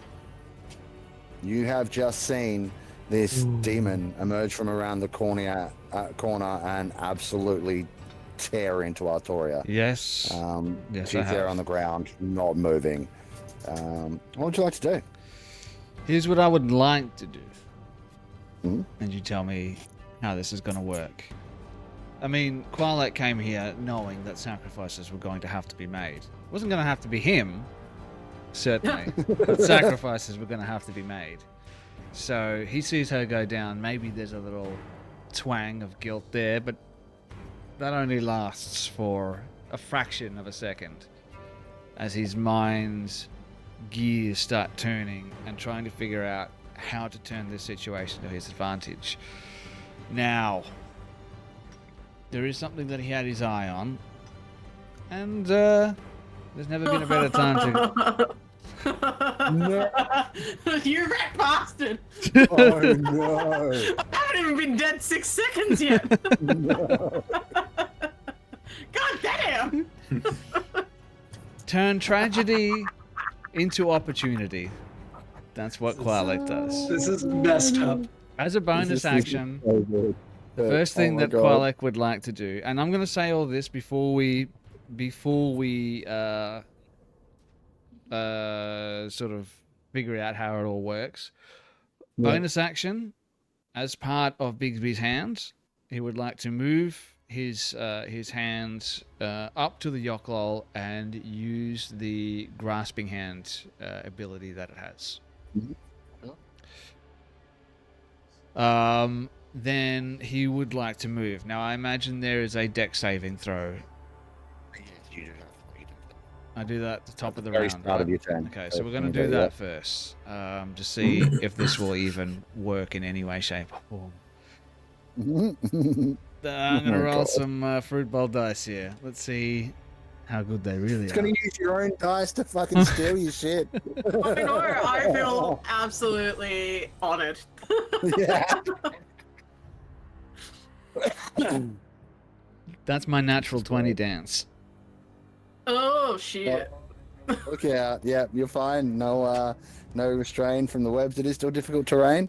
But he's But- right on the edge of it. So You're right this on the edge. nimble The little way son we of a rule bitch. this, you don't lose any movement because it's only when you're moving into a space that is difficult terrain. You're moving out of one, you're all good. So these things are happening simultaneously. He's like nimble, dexterous. His feet are like hands.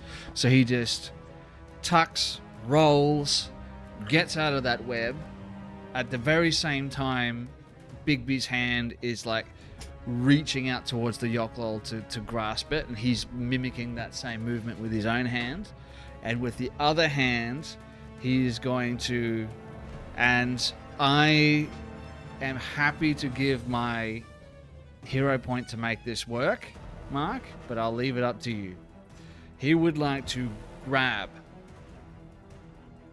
the Sword of Cuss from his fallen compatriot, use it to reach out and create a physical bridge between him and Leo, and cast Dimension Door. That bastard. You're muted. I can't hear you, Mark. Okay, so look, here's the thing.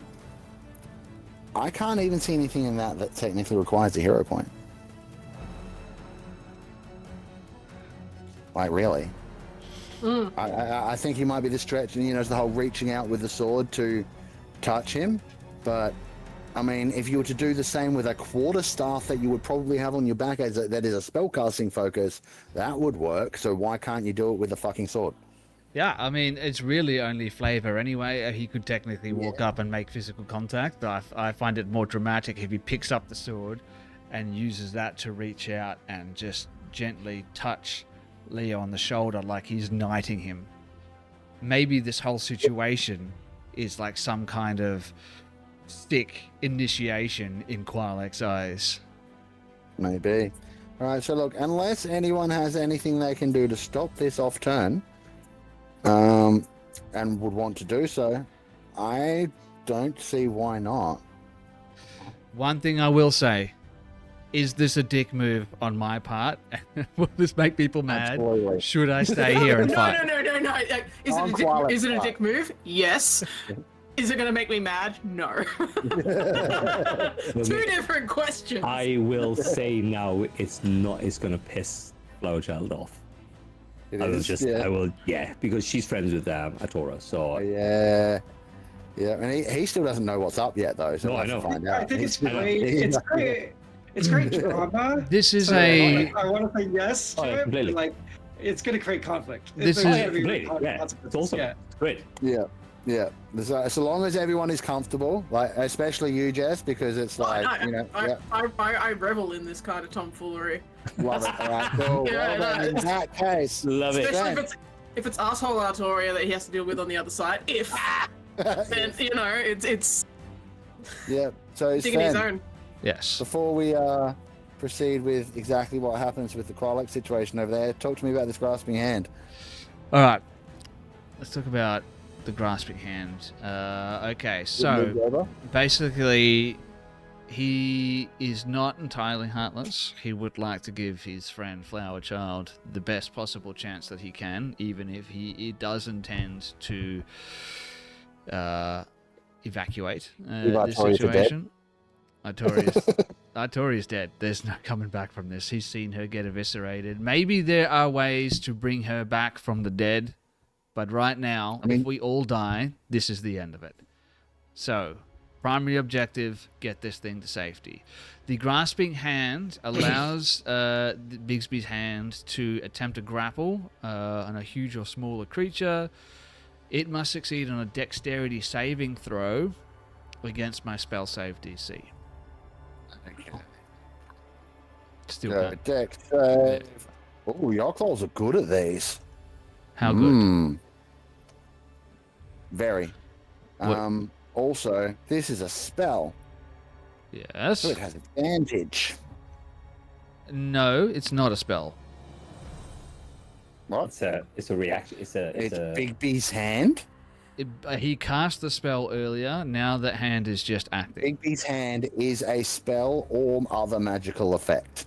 Magical resistance definitely works. Yeah, I might rule that different. Makes That you, sense. yeah. You might. I don't. Makes sense. So he rolls a 26, which I believe beats your spell save DC. Son of a bee sting. All right. Yeah. Does He not didn't even need the advantage to get that, so. does not grapple it, unfortunately. So that's unfortunate, but these things happen. On the other side of things, Krolek 100% now has the Sword of Cass. Leo, if he's willing to go, and himself 500 feet away. In what direction? Where are you going? 500 feet straight back to the goddamn portal. And do you want to know something? Let Uh, me just measure from where you are here. it makes it. Please I've tell already me measured it. Please tell me it's You are 510 at the foot. portal. You are basically, you're out of here already. You're gone. So now I guess the question is Leo willing to go? That question has two parts. Is this the end of your turn? This pretty much will be the end of my turn, yes. And I would Is there anything say... that you plan to do after? Sorry? Is there anything you plan to do after this dimension dooring? Qualek might be tempted to see if there's anything that he can do to help the remaining members of the party once he gets Leo and the artifact to safety. I will say that for the duration of Qualik's turn, Leo will go. Yeah. And there is no time, I think, in this situation, like this is happening so quickly, that Yeah, so Qualek- Leo doesn't really even know what's happening. He's Yeah. kind of like, "Ah, no, she's dead. Ah. Yeah. That's All right. it. So you guys appear at the portal. You haven't stepped through yet, and that'll be the end. Krolek, do you still have movement left? If you want to walk through, you can. But yeah, I'll put you guys at the entrance to the portal on this side of it. So yeah, we're still here, just just standing right in front of the portal. And I don't know what this portal looks like from this side. it's invisible. It's invisible. Yeah. And So you know it's there. maybe Leo and Qualek just this dark purple arcane energy that sort of wraps around them, and all of a sudden they're standing in front of this portal, and Qualek is like, you know what you have to do, get that thing to safety. With that, Leo's next. Leo just saw Artoria die in front of him. Probably the first person he's ever seen die that hasn't been an enemy. And he quite liked Artoria. And then in a moment's notice, he was summoned away into a portal, and he's really worried about his friends. And with him is Qualic telling him to run, which he kind of finds a little bit offensive. So he's going to shove the rod into Qualic's hands, say, this is clearly the only thing you care about, and he's going to dimension door back to where he was. Oh. Well played. Hell no. Well played. And then he's going to use his bonus action to flurry of blows on this guy. That is going to be a 22 to hit. Can I get a Constitution saving throw from him? You've never even heard if it hits yet. 22 to hit. If it hits, can I get a Constitution saving throw? It does hit. And con save. Let's Sorry, it's see. actually a Yeah. 25 to hit, if that helps. Shield. No, fucking. You hit him. Constitution saving throw, please. Constitution saving throw incoming. That's a 30. 30? Yeah. Oh, shit, okay. Do I have an ally within 5 feet of him? Yes. No. Oh, Cobble's there. Cobble's right there. Cover? Oh, he's Cool. behind him. I'll give you that. Close enough. And Yeah. Artoria might be dead, but she is still your ally. Because dead isn't gone I- forever in D&D, right? Like, I wouldn't rule that way, but that's cool. I personally wouldn't rule that way. I am right next to her, and I can revivify her in my next turn. Yeah. So that's going to be 11, 14, you take it. 17, and 23 points of damage. Piercing with my dagger. No, I haven't had it. How much? Draw. And then I'm going to do it. It's flurry of blows, so I'm going to attack again. How much damage? Sorry? 23 points of damage. Yeah. It's not your cake. It's a venomous snake in a bag. Stabby, stabby. Stabby. I think I can get advantage on this because he succeeded on this Constitution saving throw. That's a crit. Fuck yeah. Oh, yeah. So that's going to be a 8 plus 7. Yeah, that's going to be 19 points of damage. 19, no problem. And he has some effects that impact him as a consequence of this. He will. Sorry, bear with me. It's been a while since I looked at this guy.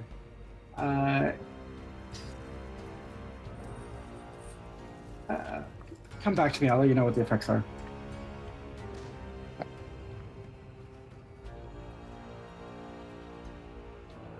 Oh, sorry. Can I get a dexterity saving throw as well? Or actually, no. I'm going to addle him. He can't make opportunity attacks until the start of his next turn. Okay, no problem. No save on that one, I guess. No save on that. And he successfully saved, so his speed is halved, and his next. And yeah, that's it. Go. Cool. In that case, flower chop. I have a few questions. I will move. I will use my movement. To be fair, I've got all my movements. I'm gonna run out the door. Yep, no problem. You can't. Unless Okay, you have the so you ability move. to move through something. Can I have the ability to move above him? Can I do like a? Can I run up the wall and? Well, let me check because it does How tall's stay the out. wall? Yeah, I'll check that. The general features, ceilings. Yeah, the ceilings are 20 feet high, so you're all good. Go. I'm gonna go up and above and down over here, and say to him, "I'm gonna go into the room you didn't want me to go to." Nicely done. He doesn't look too happy about that. You can see him sort of snarl and then throw his eyes.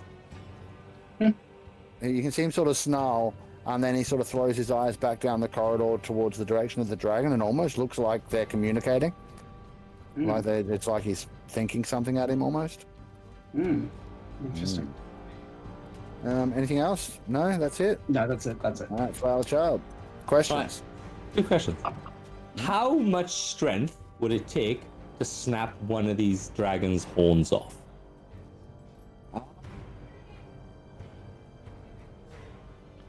You mute it again or something's happening, buddy. What? It's not impossible. Definitely not impossible. So what I'm going to do... It'll be tricky, but not impossible. All right. So I've got two things I want to do. One, I want to snap his horn off. The second thing, I want to hold an action. So I want to hold my second attack, but I want to try and snap his horn off with one. What do you want to hold your second attack to do? Well, this is the surprise part, isn't it? This is definitely going to require a hero point because No. one, you're supposed to tell me what your held action and triggers and shit are, and All right. two, you're not actually able to hold just an attack. Okay. Yeah, you can. You can hold You can individual hold attack. your entire action to attack, but once you've already started doing something, Okay. like a grapple check or whatever, or trying to wrench the All right. horn off. All right, I that's understand. 2 actions, yeah. I wouldn't rule it like that, but that's the way. I mean, but that's what the rules are. No, joking. So I am gonna hold an attack. I'm gonna hold an attack until I hit the piggy. You can still surprise me with that Well, if you give me the hero point, right? Well, and then I'm gonna use the hero point for something else. Okay. So I am gonna hold my action until I hit this guy. Yeah. Okay. Now I'm confused. All right. Now I'm look, confused. What do you mean? You want to hold your action until you hit him. Yep. How are you hitting him? Cliff is gonna come across, pick me off the dragon, and throw me the 60-foot, which he is. And I'm gonna use my hero action then to hit this guy. And I'm gonna use my push and my attack to push him back 25 foot against the wall. Fucking hell. Right, I only kind of get it, but I want to yes and it. All right. Okay. So definitely a hero point for all this. Is there still the team hero point left? Because I feel like this needs an extra push. We haven't used it, I'm pretty sure. All right. Is everyone cool? If you guys get it more than I do, I kind of get it. You want to have Cliff throw you at the dragon and knock it fly and stuff, and you also want to rip its horn off. What order do you want to do shit in? No. This is what I'm gonna do. So I'm gonna hold my action. So Flower Child's holding his action. If he can't rip a horn off, that's fine. No worries. Okay. All right. All right. I'll come So back to that. Yeah. I'm completely holding my action. I have a bonus action which I will do to heal when I I'll bonus action heal for now. Yep. I've finished my turn. Cliff is gonna walk forward to the dragon, grab me, and then he's gonna use his rock launcher, which is 60 foot, and then he's gonna throw me at Mr. Pig here, which from there to there is to his base 60 foot. Throwing you at the guy that's attacked and killed Artoria. So I'm gonna go across. Now I get it. Yeah. So I'm gonna hit him, and then I'm gonna hit him 25 foot. Once I hit him 25 foot, I can then, as a movement, I can move 15 foot, and I can hit him a second time, pushing him 25 foot against the wall, allowing everybody to run away through the door if required. All right, I get you now. All right, cool. Love this.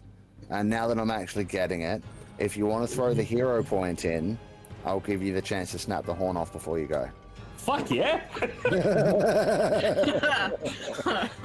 I'm taking your fucking horn. All right. Right. So this is going to be a straight up contested strength roll. Right. From me, from Cliff against the dragon. You against the dragon to snap the horn off first. All right, here we go. All right. So, and I'm rolling open dice tonight, as you can see. So, when you're ready, let's go. I'm sure the dragon's not strong. I get advantage on strength rolls. I don't, but I'm strong. So okay, I got it. What do you want me to roll? Just strength? Just straight strength. Oh, I've only got a +4. But you have advantage. Here comes mine. Add That's plus 14. 5. It's a 17. Oh, it's advantage roll. Yeah, come on. Ah! Can you have my hero point? Can we do I the do, thing? I do have Yeah. heroic inspiration though. At every start of every game. Can we do the Yeah, thing? Sven, keep your point just in case you need it. I'm going to let him use his heroic inspiration in conjunction Okay. with his hero point to Alright. have Here we go. one more Come try. on. Come on. Fuck you! Ah. You absolute Alright. You weren't destined to get it. God damn Yeah, it. that's fair. Sorry, buddy. You That's tried. it. That, Yeah. I am fully understanding. So I am getting Cliff rip me off and throws me 60 foot, Yep. which is from because he has a 10-foot reach. Flower Child now is here, and as my action things, I'm gonna hit him twice. Yep. Well, roll the rock launch first to make sure you hit, Cooler as. because Well, otherwise you might otherwise- hit Doc Hovel instead. Yes. I mean, that would be 19. fucking hilarious. 19? Yeah, no, that's fine. Oh, wait, what's its AC? I think that's fine. All right. So I get my 2 attacks plus reckless plus Yeah. frenzy plus his 25. Plus roll the damage for the rock launch, because you and it take that. Yep. I'll, all right. Let me do that first. So I'm not. I could be knocked out. I doubt it though. You'll be fine. Yeah, I'll be fine. That is 8 points of damage. So I take half, which is 4. Oh, yep. He takes that. Cool. Now go nuts with your attacks. All right. And then now I got 2 attacks. So I'm gonna hit him. Whoosh. Ooh, 25 to hit. Yep. I like it.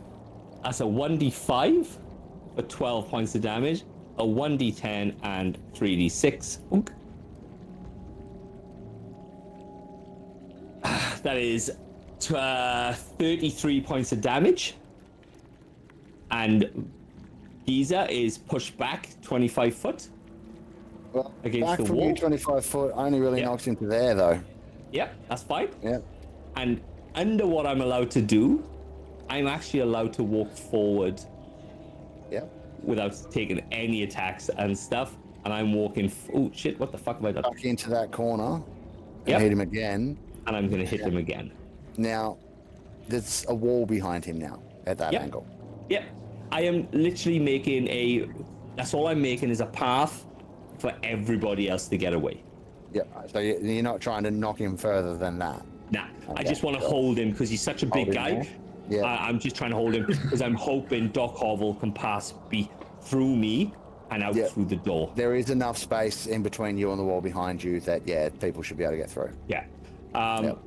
My second attack is whatever that is, a 22 to hit. That hits. I only get the 1d8 and the 3d6 on this one. And what I'm also going to do, I'm going to question you for a second. The 3d6. So, I don't know if I can do this. So that's an extra 20 points of damage to the pig. Yep. Now, push basically says, it says straight away from me. Does straight away mean up 25 foot? And then he takes another 266 damage because he's fallen 20 foot. I mean, if you were underneath him, Uppercut.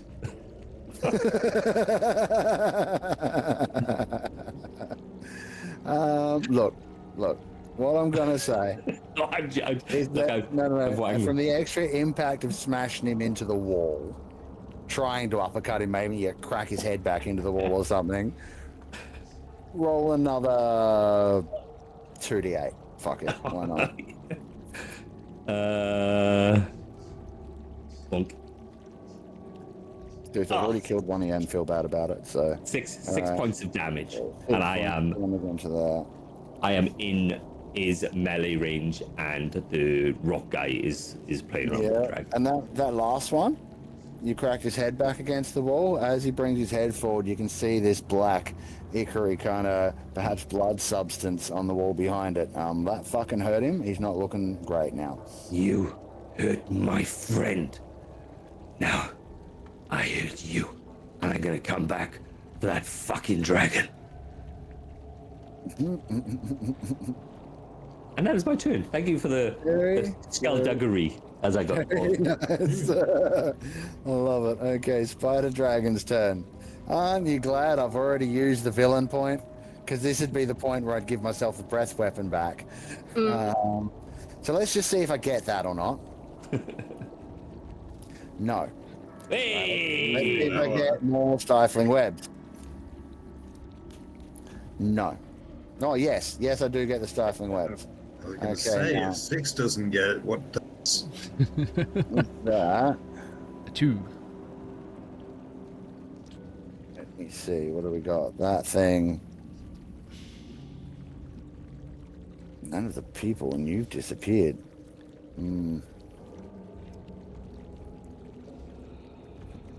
Which further can it go from there?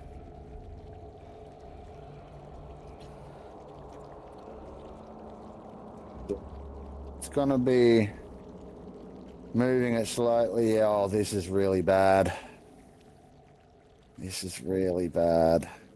How many hit points you got left, Doc? 40. I'm You might sitting on a survive. 40. You might survive. 'Cause it's going to. Yes. I'm gonna have attack of opportunity as well. You are. Dragon. So, Yeah.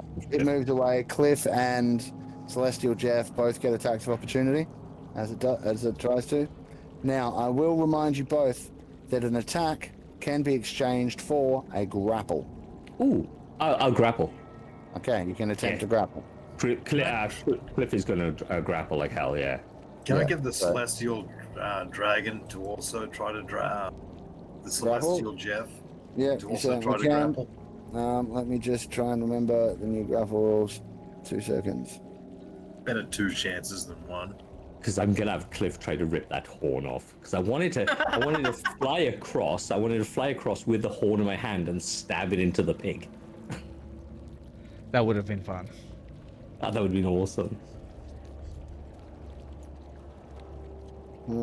I do know this is no longer a contested check. It's a set of DC kind of dealio. So I am just looking up.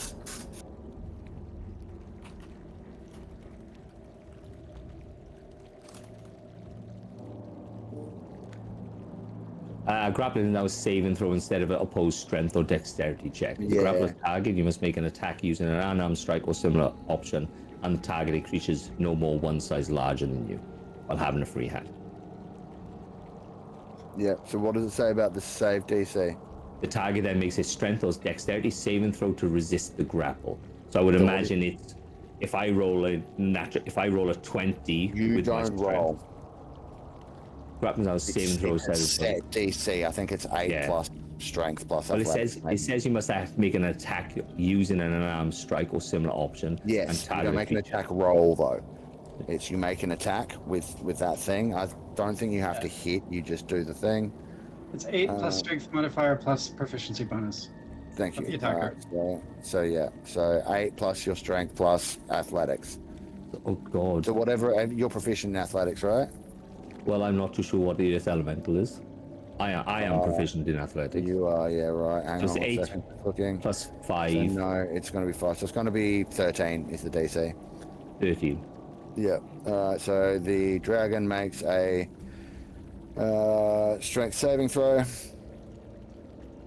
Yeah. Oh yeah, easy. Except it didn't. It failed. Oh Fail. wow! Yeah. I rolled a fucking 2. So, Shit! dragon is back here and grappled by the earth elemental trying to get at you guys. So instead, it's going to turn around and take its anger out on the giant lump of rock. Can I- Is Can I flavor this for a second, please? Sure. As he's clambering towards Doc Hovel, you can see it goes, and you know in a cartoon, the eyes kind of bug out as the rock elemental grabs it by the tails and pulls it back into Yes. itself. Yes. Yes. And then he smells a pie and he floats up into the air. Yes. Big heart comes up. That's also. Dear, oh dear. All right, so that happens, and the dragon's instead gonna have to turn around and attack what's around him. So, we're also not too intelligent. Yep, cool, no problem. All right, so what's the elemental's AC? 17. Okay, so it's gonna take 11 piercing damage. I assume it's immune to poison damage entirely. Yeah, immunity poison, yes. Yeah. That is So I won't even bother rolling that. So it takes 11, and then 2 claw attacks. So a 15 to hit, which is a miss, and an 18 is a hit. There is another 10 slashing damage, and then another 30-foot cube of web. Let me just check. Yeah, cool. Oops.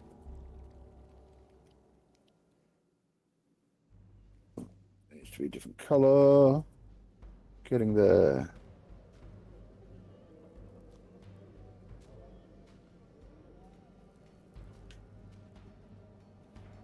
Go something like that.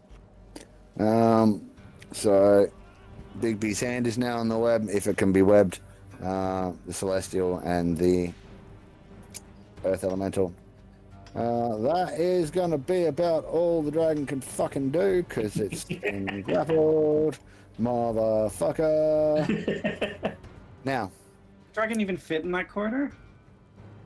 Hey? Could the dragon even fit in that corridor? That's a spider, man. It has to squeeze, which means it would count as being, disadvantage on a lot of shit and blah blah blah. So it was going to squeeze through into the. It was trying to squeeze through into the gap where the corridor goes south. It would have been just enough room for it to kind of stand there. But if it hadn't gotten there, it would have been stuck in the corridor. But even better, it couldn't even get through. Now, Artoria. Mm-hmm. I would usually, when there's death saving throws, share a memory of the character and not say what my saving throw was until such time. However, things have not played out in that way. So whilst you guys were doing whatever it was that you were doing, I have written out a bit of what she would see just before she literally, actually dies. So, the equivalent of the death saving throw thing.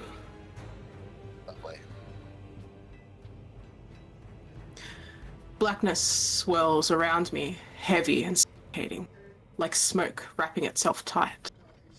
In the shifting dark, fragments rise and fall, visions, memories, or perhaps something else forcing its way into my mind. A vat appears, sickly green light bubbles up from its depths, and the liquid spits and hisses as though it rejects the things inside it. The glow pulses with a rhythm, steady as a heartbeat. Slow, deliberate, impossible to ignore. Darkness again. And then I awaken. I open my mouth to scream, but it fills with a liquid that burns me to my core. I thrash to escape. A flash. Shelves lined with glass vials, some broken, their contents searing through stone like acid. Another, an indistinct face looming over the vat, looking down on me, bathed in green firelight, lips moving in whispers I cannot hear, but I can feel them scratching against the walls of my mind. The scene flickers. I see a great blade resting on a stone pedestal, its metal black as night, veins of red pulsing beneath the surface as though alive. The hilt is cruel, jagged, unmistakable. The sword of Cass. Its presence is suffocating, words spilling from it, though no lips move, promises that dig like hooks into my mind. The visions twist tighter, the vat bubbles louder, each pop like the crack of bone.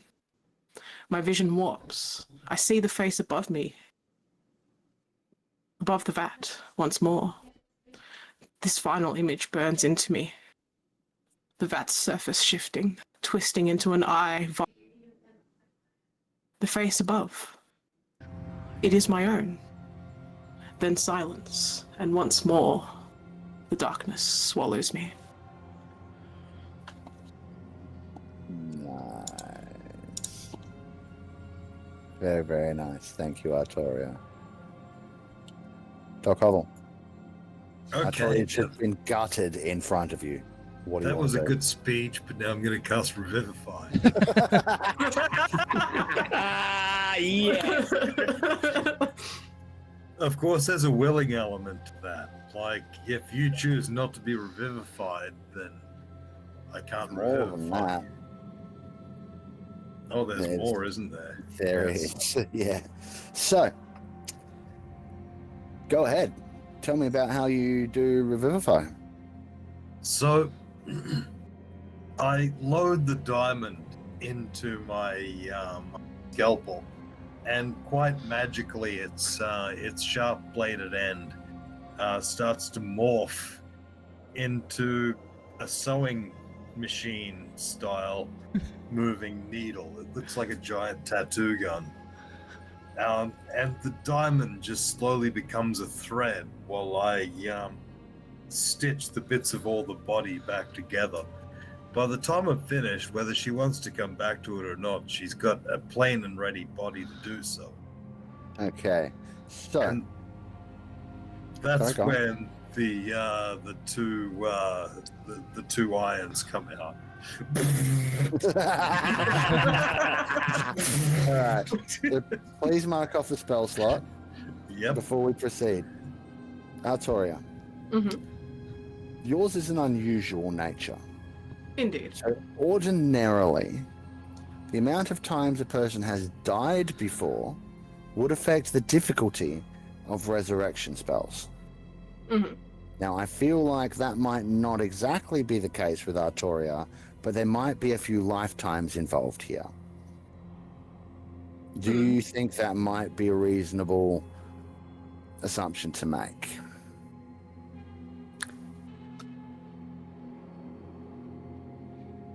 Mm, I'll message you something.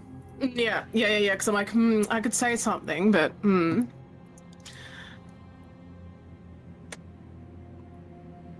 Will we have a character death tonight?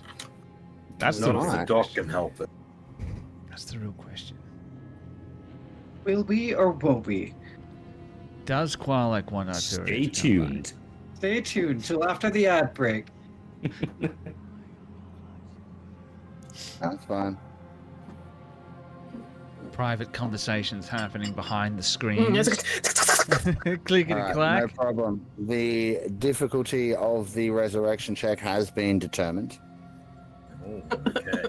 So, Geoff, yes. I need you to sorry, Doc Hobble. I need you to roll a resurrection check. This is simply a D20 plus your spellcasting ability modifier, not your spell attack modifier, your ability modifier. So that is charisma for you. So what's your charisma modifier? +4. +4. So it's a D20 +4. I'm not telling you what the DC is. You will find out in the result of what happens. So please let me. I'm fucking sick Oh, to my yeah. stomach right now. Looking good so far. So that's a 22. I got the shaky hands. No problem. Now, Artoria. Mhm. The memory you just described. Mhm. It's the last thing you kind of remember after being disemboweled. Yes. Now you float in a void. For the moment. Perhaps towards wherever it is Drow go. Perhaps not. Perhaps just floating. Either way, you can feel kind of behind you a faint warmth, a familiar warmth. And then that gruff, grumpy voice that you've been hearing from inside the building that you've been sleeping outside of recently. And Come you feel on, this is the bit where you come back to life. jolt. Your chest seems to be being jolted with electricity, and you're being pulled back towards the material plane and towards the world of the living. Do you wish to go? I would like to be re-embelled, please. Damn it. Wonderful. And with that, Doc Hobble, with one last of the paddles, Artoria, eyes flash open, takes in a massive gulp of air, and returns to life on, I believe, 1 hit point. That's right, but that's about to change. So take 4. This is my bonus action. Mhm. I'll Roll health. take 4 of my healing light and give her 4d6 extra health. 40 Yep. what now? I just turned New Zealand for a No, second. I want to go back to the dark. Back to the dark. All right, so Oh, you have 15, guys. I'm trying to Yeah, find so you those in have, my dice here. I don't see any. So Artoria's back, still prone, but has 16 hit points. And that was a close fucking call. Anything else, Doc? Yes, I've still got my movement. So at this point, wow, that's really tough. I suppose this one's he doesn't have covered, so opportunity. He doesn't have I'll just opportunity attacks. slide Just in going over on. here. Oh, I'm gonna kill him in a second anyway. So He doesn't have Then bitch. opportunity attacks, so you can go further if you want.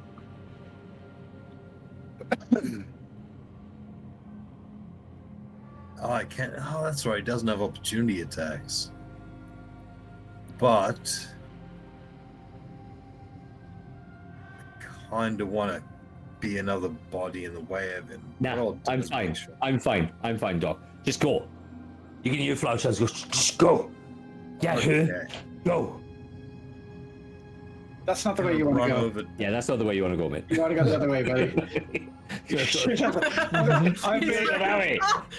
Just go run straight Hang back on, into hang the on. chamber. So you run down there, and then they tell you wrong way, and you turn around and go running back around the other way. Like, as soon as he goes like 5 feet, I'd be like, no, the other way. The other way. I can't see the door. Oh, bless. I like how he could have dragged Atora with him, but he He's just like- run off, Nice! It's just like, fuck! run a good away by point. himself. He's done his job. God. So like he would have needed to have grappled her to do so. Yeah, it would have been hard for him to do. No it. action. Didn't have the action economy. No, Ah, where that's am I it. going here? Because Just through the door, The same way we where's came this in. door? right in front of you. This door, the one. Okay, gotcha. One right there. Yeah.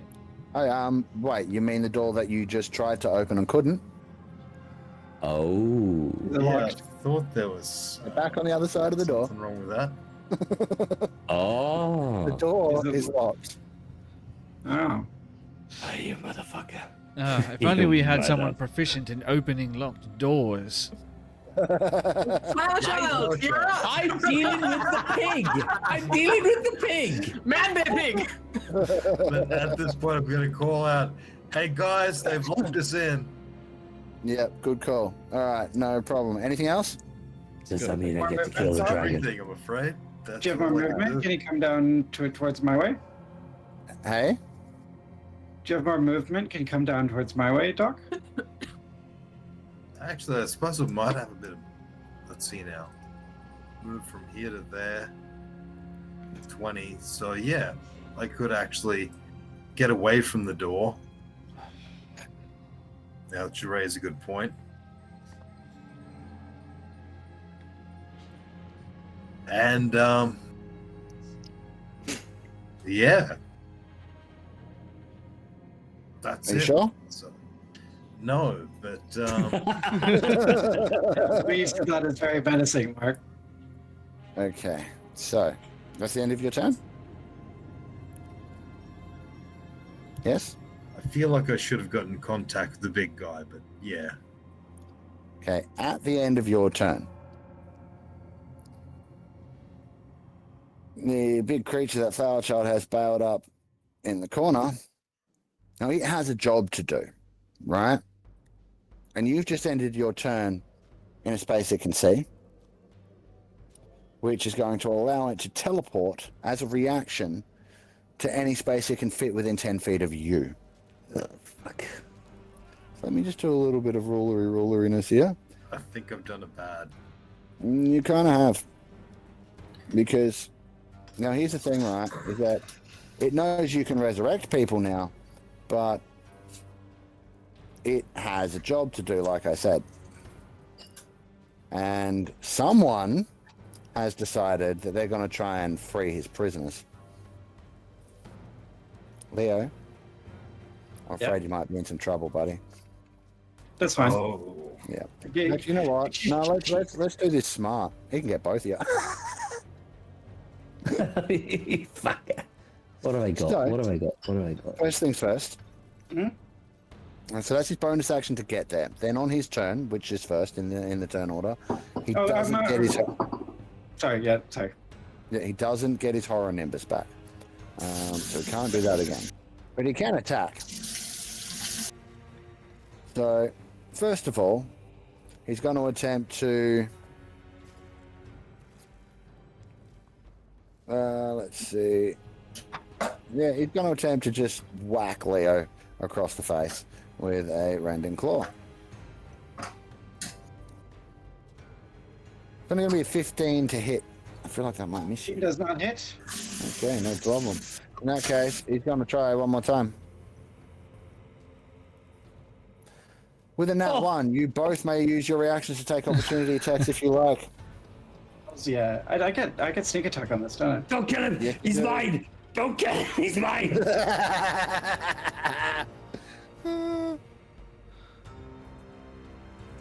So that's going to be a 14 to hit.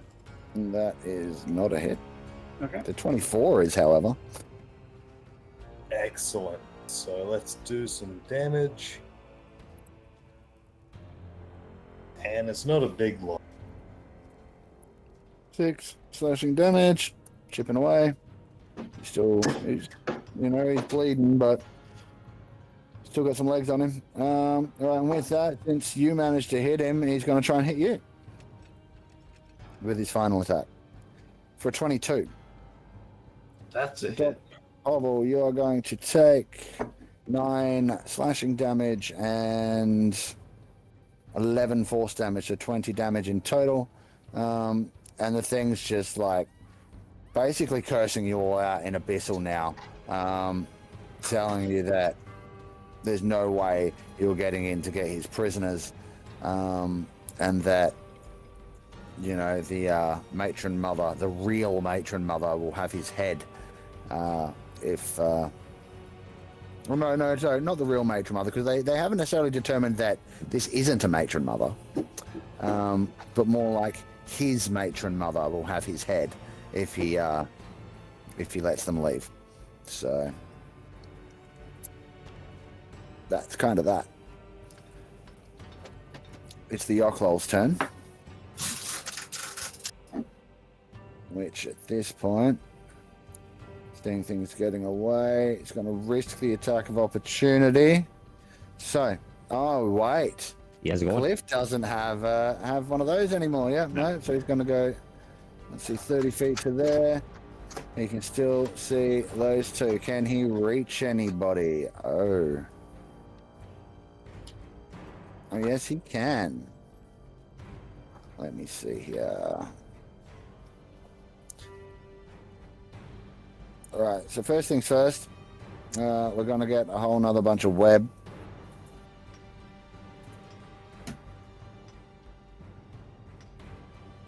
It's going to be like here. And then 2 caustic lash attacks.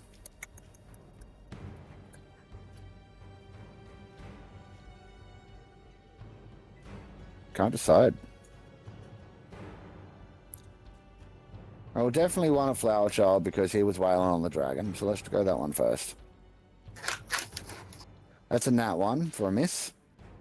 Can I hit him? In which case he'll he still maybe wants to attack Artoria, and I'm not sure, and I can't tell if it's just me trying to be nice or not, so I'm going to roll a d20.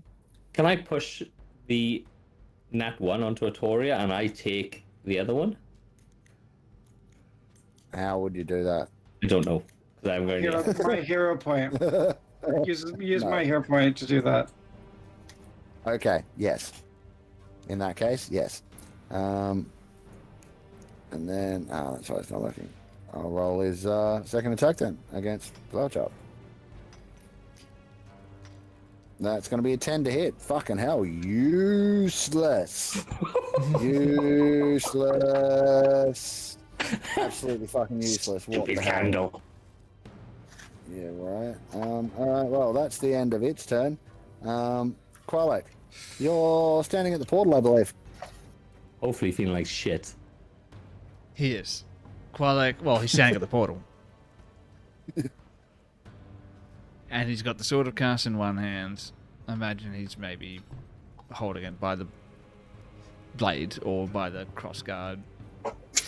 In the other hand, So, he has the piece of the rod. About that. Yep.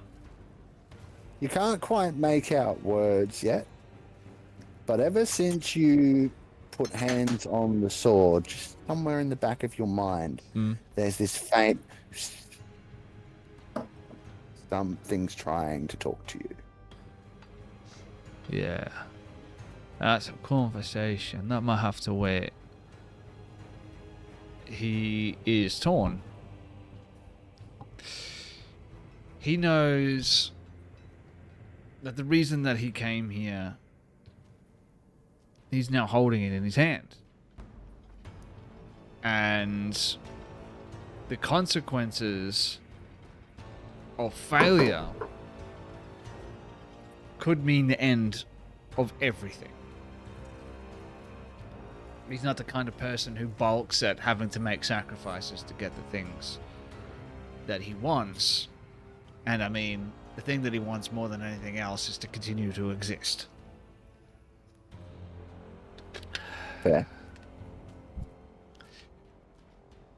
He's now been away from what's happening for too long. Doesn't know what the situation is like, but he's not quite yet ready to cast aside what he considers to be valuable assets in the fight against Vecna.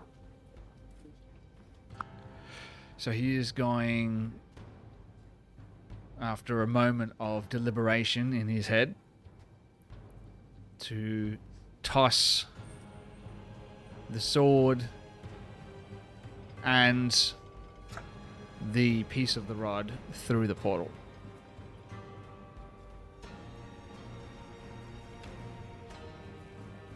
Is that something that he can do?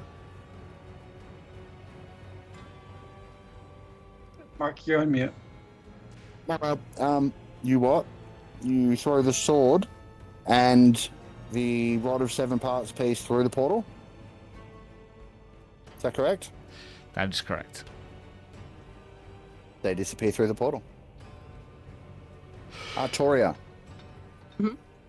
You are immediately struck with a sense of loss greater than you have ever felt.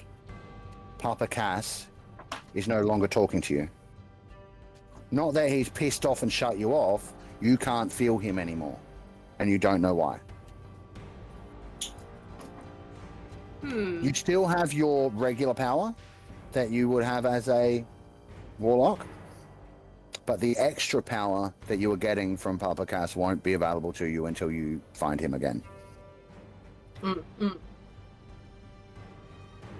So like, it's not completely gone, but he's no longer talking to you. Normally, if you guys are on the same plane, you can hear him in your head all the time.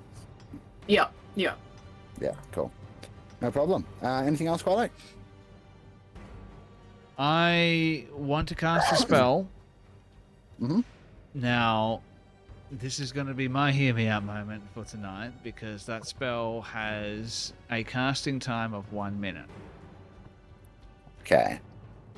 Would you be interested in negotiating to allow that spell to forego that 1 minute or 10 round casting time with a hero? Maybe. How old is Qualek? That's a good question. Rude can't. question. That one that I can't really actually answer because I've never really thought about how old Qualek is. I think Qualek has spent a significant amount of time being a helmsman in the astral sea, so he might even not know how old he is, to be quite honest with you. I'm going to allow it with a caveat. Oh, I like a good caveat. Okay? Caveat. And this isn't going to affect you mechanically in combat. This is going to affect your character directly. You may quicken this spell for all intents and purposes from, what did you say, 1 minute? 1 minute. To one action. So you're effectively trying to reduce its casting time by, like, you bring it down to 1/10 of the time, yes? Yeah, pretty much. Yeah, essentially. Yep. So I want you to roll me a d4 for each one of those tenths. So roll me 10d4. You know And now, before you roll, you have to decide that you're doing this. Before you roll, it will work. But the number you roll on those d4 is how many years Qualek will age doing so. Oof. Yeah, I thought you were doing that. He's 13 years old. How old can a dozy get to be? I have no idea. I'll have to look that up, actually. I might look that up later on and see what would be a reasonable thing. Okay, let's roll some dice in. I'm going to roll actual physical dice. Do you want me to roll that 10 times? Okay, let's go. 2, You can just roll once and times it by 10 if you like. 3, 6. That was 3 dice, I think. 10, 12, 13, 14, 16, 18, 21 years. All right. Qualek may cast the spell. In fact, he is now casting the spell. But instantly ages. Well, not instantly, but over the 6 seconds of casting the spell, he ages that 21 years. My pancreas. I know the average life expectancy is 70 years, so similar to humans. All right. Okay, so he's now middle-aged. He's gone from being like a fucking teenager to No, middle-aged. he wasn't 13. I'm going to say he was probably in his 30s, so he might be in his 50s now. Problem. You I'm just not use saying that it's irreversible, but that's the effect of doing this in this moment. Okay. This is... I don't even know if this is worth it, to be absolutely honest with you. This is absolute insanity, but I've been wanting to cast this spell for a little while, so I'm casting it right now. You see Qualek produce a very simple jar from his sling bag that he carries around with him everywhere that he goes. And he begins casting this spell, and you can see his life force draining from his body as his soul is transferred from his mortal coil into the jar, and his now 50-year-old physical self slumps against the wall, clutching this jar in his hands, unconscious, catatonic. Interesting. So you've just put your soul in a jar, basically, there at the entrance to the thing. Yes. Okay. And then what? And that's the end of his turn. Okay. No problem. It's a high price to pay for a spell that might have absolutely no payoff whatsoever. I don't even know what you're going for with this. Would you like me to tell you? You don't have to at all. I like surprises. Well, you know what? We're coming up close to the end of this episode here, and I would like to allow you a little bit of time to cook, as it were. Qualek is casting a spell called Magic Jar. Now, what this spell allows him to do is to transfer his soul from his body into the jar. From the jar, he can move 100 feet unimpeded by any physical restraints and possess a body that's within 100 feet of the jar. That's cool. What he wants to do is try and possess the body of someone, one of the important people that they encountered on the way to where we currently are. If they are within 100 feet, he wants to attempt to find one of them while he's floating about like a ghost, to try and find one of them and possess them, and then essentially go and be like, you guys are welcome to leave now. Nice. Thanks for coming. Thanks for dig it. staying at the I dig Hotel Drow.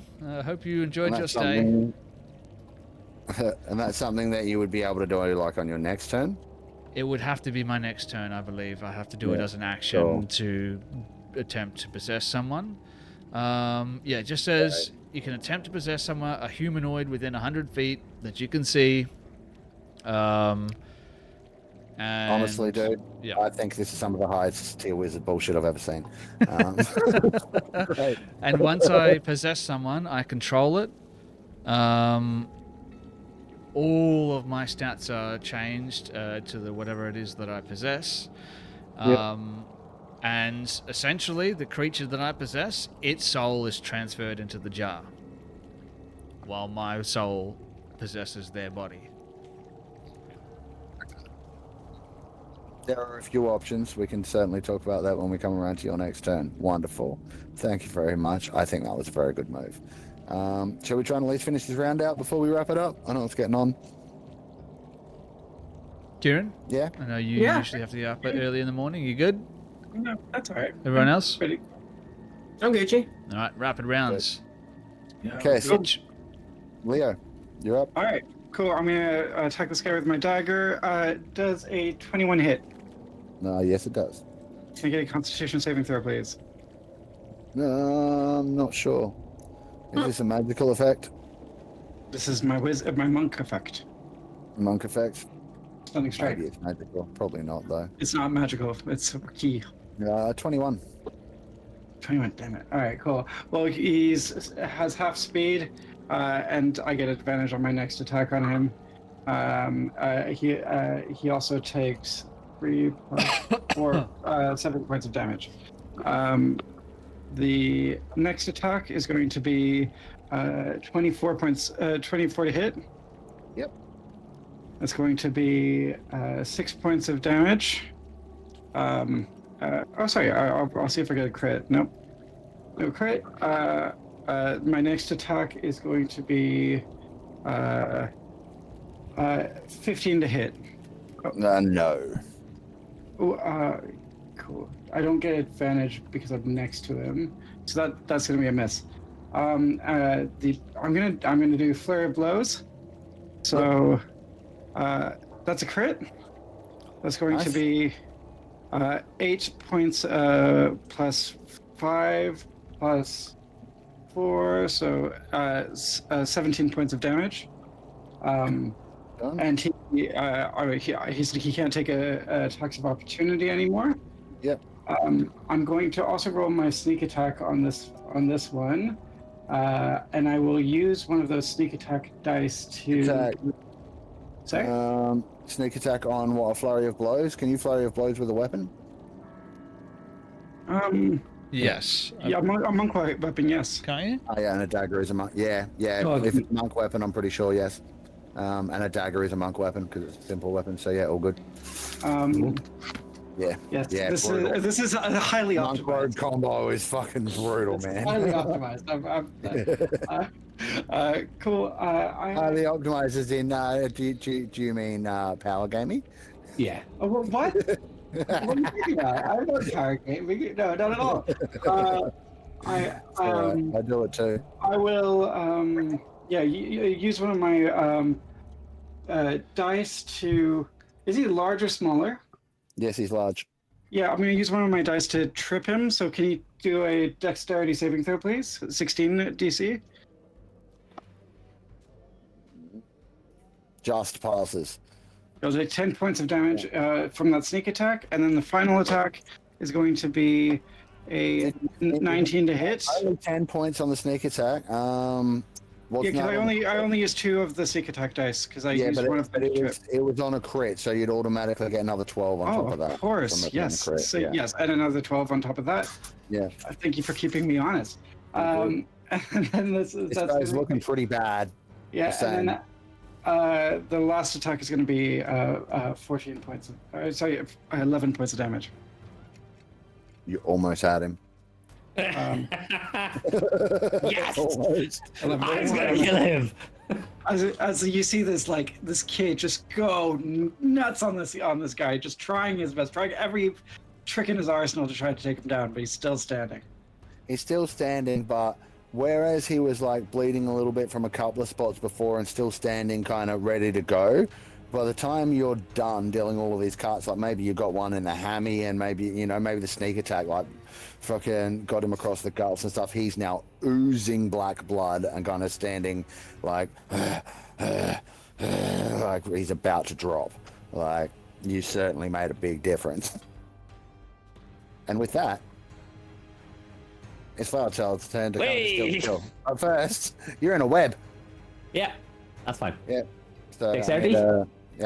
Strength or dex, your choice. Strength save. I get an advantage on both of them anyway. And it's a check, not a save, so you can Yep, check. Yep, check. So athletics or yeah. Oh, I see. Look, it's Sorry, my bad. First time it's dexterity save or get restrained at strength to get out of it. Yeah. All right, so dexterity save with advantage. With advantage, it's a 7 on the first one and a 2 on the next one. Fuck. So no, you are restrained. All right, and then I will use my. The only thing I can do is use an action to try and break out, can't I? Pretty much. Yeah. Okay. And that's with strength and athletics, or just strength? Yeah, athletics. Save. Athletics check. So it's a plus with advantage for you because rage. Yeah. Yeah. Fuck me. Oof. 20, 18. Okay, yeah, you bust out on that last one. All right. So I can't. Yeah, I'm just so you're free. moving You over. can move. But yeah, you've only I got can't do bonus shit. action left to do anything with. So I'll heal myself up for my bonus. Yep. No problemo. I can do that. With that, it is the spider dragon's turn.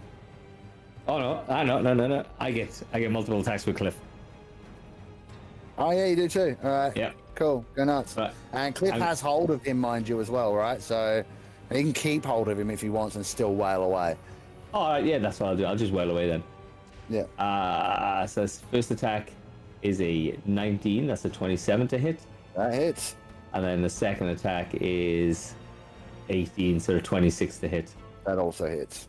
First damage is an 11, and the second loss of damage is a 14, so that's 30. That's 25 points of damage. Done. That's me. That's all I got. So now it's grappled here by this thing. Let's see what of its things it gets back. Let's go with the webs first. Okay, no webs. Let's see if it gets a spiderling breath. No spiderling breath. So all it can do is fight in melee or try and bust out. Well, that's not great.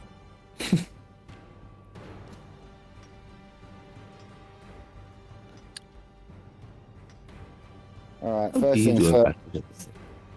It's just gonna start raging against everything around it except its Yockel body. So let's go a bite against the Celestial.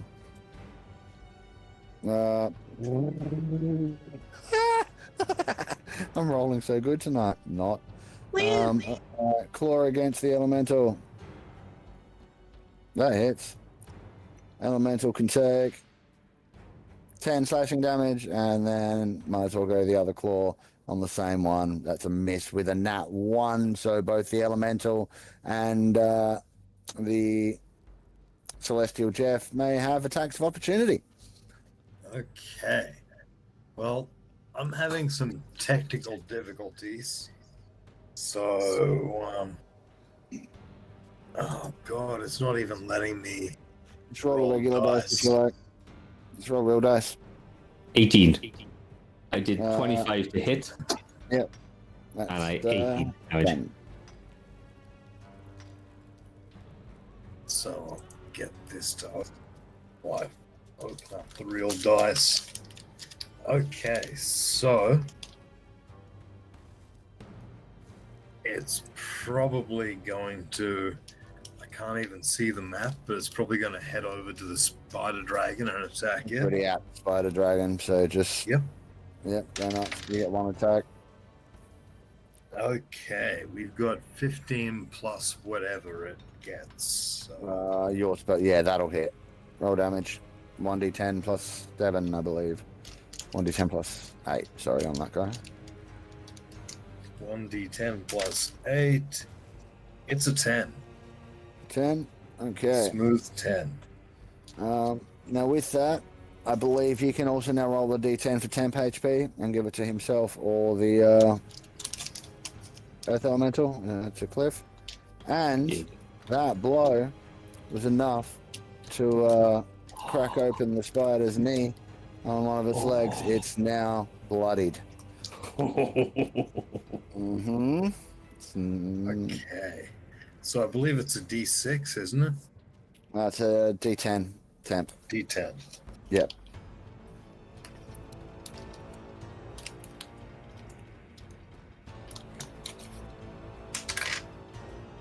Oops. Fell into 6. 6. All right, so Yep. either the Celestial or the Earth Elemental can get them. I recommend giving them to the Celestial. I'll give it to the Celestial. Yeah, being that he now has 35 with those, whereas the Elemental has 142. He's got 88. Don't How does, put him. then why does the other side say he's got 142? That's his maximum. What's the wrong way around? Yeah, it is the round. It's. Oh yeah, it is. It's backwards. I'm just going to fix All right. that so I don't get confused later. I'll do it. All right, Mark, we're gonna do I it. need to make a correction. You are absolutely right on the unarmed strike Yeah. for flurry of blows. So that means that the demon has 10 more hit points than they currently have. So Okay, no problem. Thank you. it wasn't as optimized as I thought it was. Well, I mean, if you could get a weapon that counts as both unarmed and finesse, you're golden. Yeah, I think there's If one doesn't exist, I will allow you to use some homebrewed crafting rules I found to make one. Interesting. Yeah, cool. There's But like anyway. there's like a glove that can be used. Yeah, cool. So, Well, with that, Spider Dragon's not looking great at all. That's the end of its turn, which means, Artoria, you just come back to life. Yeah. Now, which Artoria are you right now? None of the above. Oh, shit! She comes back to life. The fact that her patron is no longer with her is not great. Patreon. Her eyes sort of go black, and you can just hear who here speaks Abyssal again? Hey? Who here speaks Abyssal again? only Qualek does, Qualek but can he's break his- Only not here. Qualek, alright. So for everybody else, you just hear. You don't really Shit. make anything from that. You're just like, oh, cool. She's cool. She's got something in her throat. And she is looking around to see where her shit is. Cannot see it. Sees you three are all sort of lumped over there. Sees the webs. She is going to pick up her broom of flying. That's going to be a thing because we're not going to leave that in the Underdark. Hop on that. And scoot over to this door, which is obviously closed and locked. She's not too keen on this, so she's going to take the flower child approach, back up a little bit there, and just Eldritch Blast the fuck out of this door. Mark, you're on She's mute. scratching to get out. Yeah, let me just check what the door's made of so I know what to make of it. It is made of balsa wood. Oh, no. It's made of Highly paper. Yeah, flammable. no, unfortunately, no.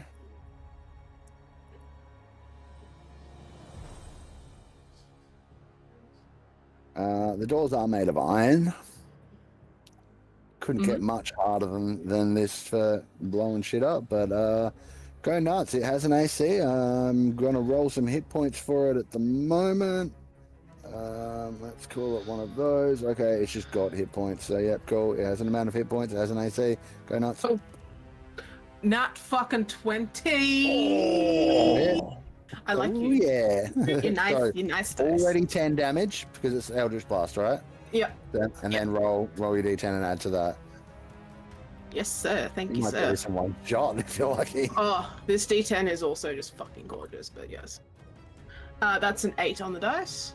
That is exactly what you needed.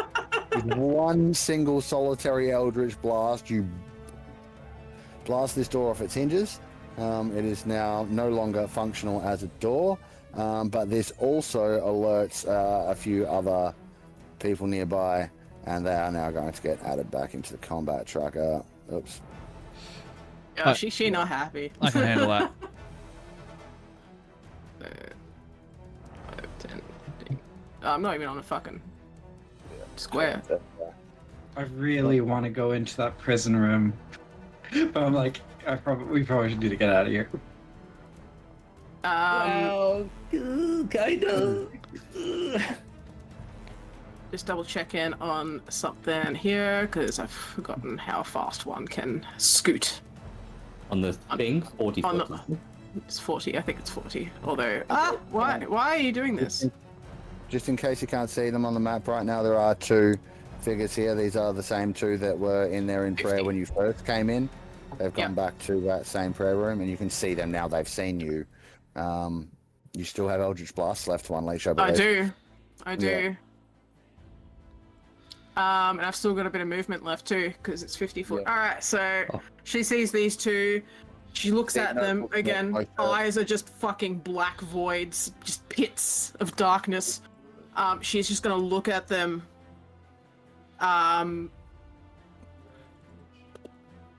She doesn't get the vibe that they've got her shit, so she's gonna continue moving. 25, 30, 35, 40. Stop in the middle of that, or stop when you get to that room above. Oh, yeah? Because there's no shit to reveal. Cool. So, across at one doorway back into the other place, you see a small, deep gnome spellcaster of some description. Probably some kind of summoner, as opposite it, barring your way to the front entrance, is a demon. Now, this is a demon that I'm not sure if your form would recognize or not right now, so I'm just going to say straight up, it's a Glabrazu. Here is the image in the game log, and it also looks rather pissed off. Oh, good. We're both pissed off. I think we can probably we can bond on that. Yeah, maybe. Yeah, maybe. But for now, it is between her and the door, so she's gonna let the last two Eldritch Blasts into it. No problem. She's like, no, fuck this. Fuck everybody. I thought you were all my friends. I hate you. 17. So that will be 20. Well, no, it's 27. I'm doing it. Yeah, okay, yeah. 17 on the dice. 17, no problem. And second hit is a 18 on the die. Oh, 18. Yep, they both hit. Cool. 9 and 7. Plus 5. Plus 10. 17, 26. Boom, boom. So these blasts strike it in the torso, and it just roars at you, and then in abyssal, just like, insolent worm. You will be my next meal. How tall is it? She's like, I don't care for I care not for your threats. I just need to go and get my father back. You are between me and the door. And she says all of this in Abyssal, so you guys just hear some roaring come from the next room. It sounds like a heavy metal concert. Yeah. Echoing Yeah. through the I hallway. didn't know she was a Korn fan. Yeah, she's from Corn, yeah.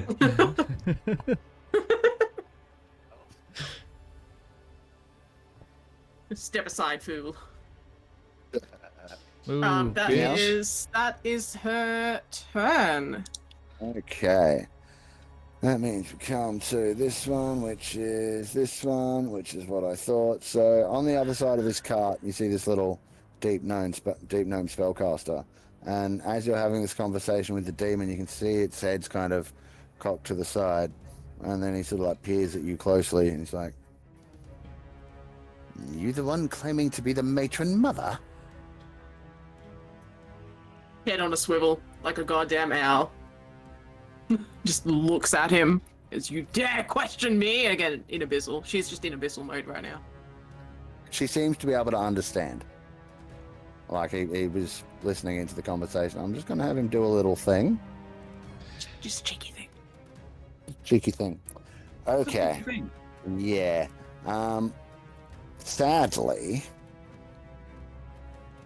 this ain't good for you. No, probably not. She's gonna die again. Yeah. It's entirely possible. It is Not entirely setting herself up possible. for success here. Yeah, although Artoria is humanoid.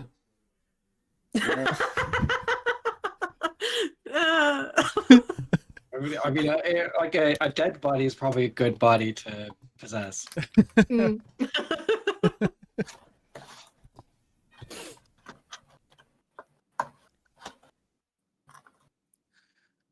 Wow, none of those hit. Good for me. you seem to be incredibly lucky. Because literally, it's just he thinks about it for a moment, and it's like he could have like unleashed a fireball or cone of cold or whatever, but his demon power's right there, and you've probably got friends coming out the door. He's like, I'm just gonna blast at you. He like sends these arcane bursts your way, and they're all just hitting wide. One of them hits the cart kind of in front of him, doesn't even make it 10 feet.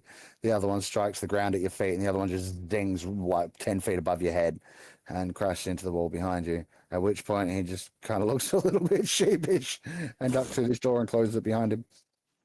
And you hear it go, like, and you hear it lock. I laugh at him as he's leaving. With that, Doc Hovel, it is your turn. Okay. And this will be the last turn for the night. We'll pick up next week, unless we want to go another round. But I'm keenly aware that it is now getting quite late. So, Well, I think I'm going to do a very obvious thing. Because this big blue boy's in my face, and he's causing us a lot of grief. So, let me give him a couple of hits with my scalpel. sure, you can certainly try. Here comes the first one. Very promising for a first one. And I'm going to do something different as I attack. I'm going to use my life drinker. Oh, yeah, nice. So- Good call. Hit one of my short rest die.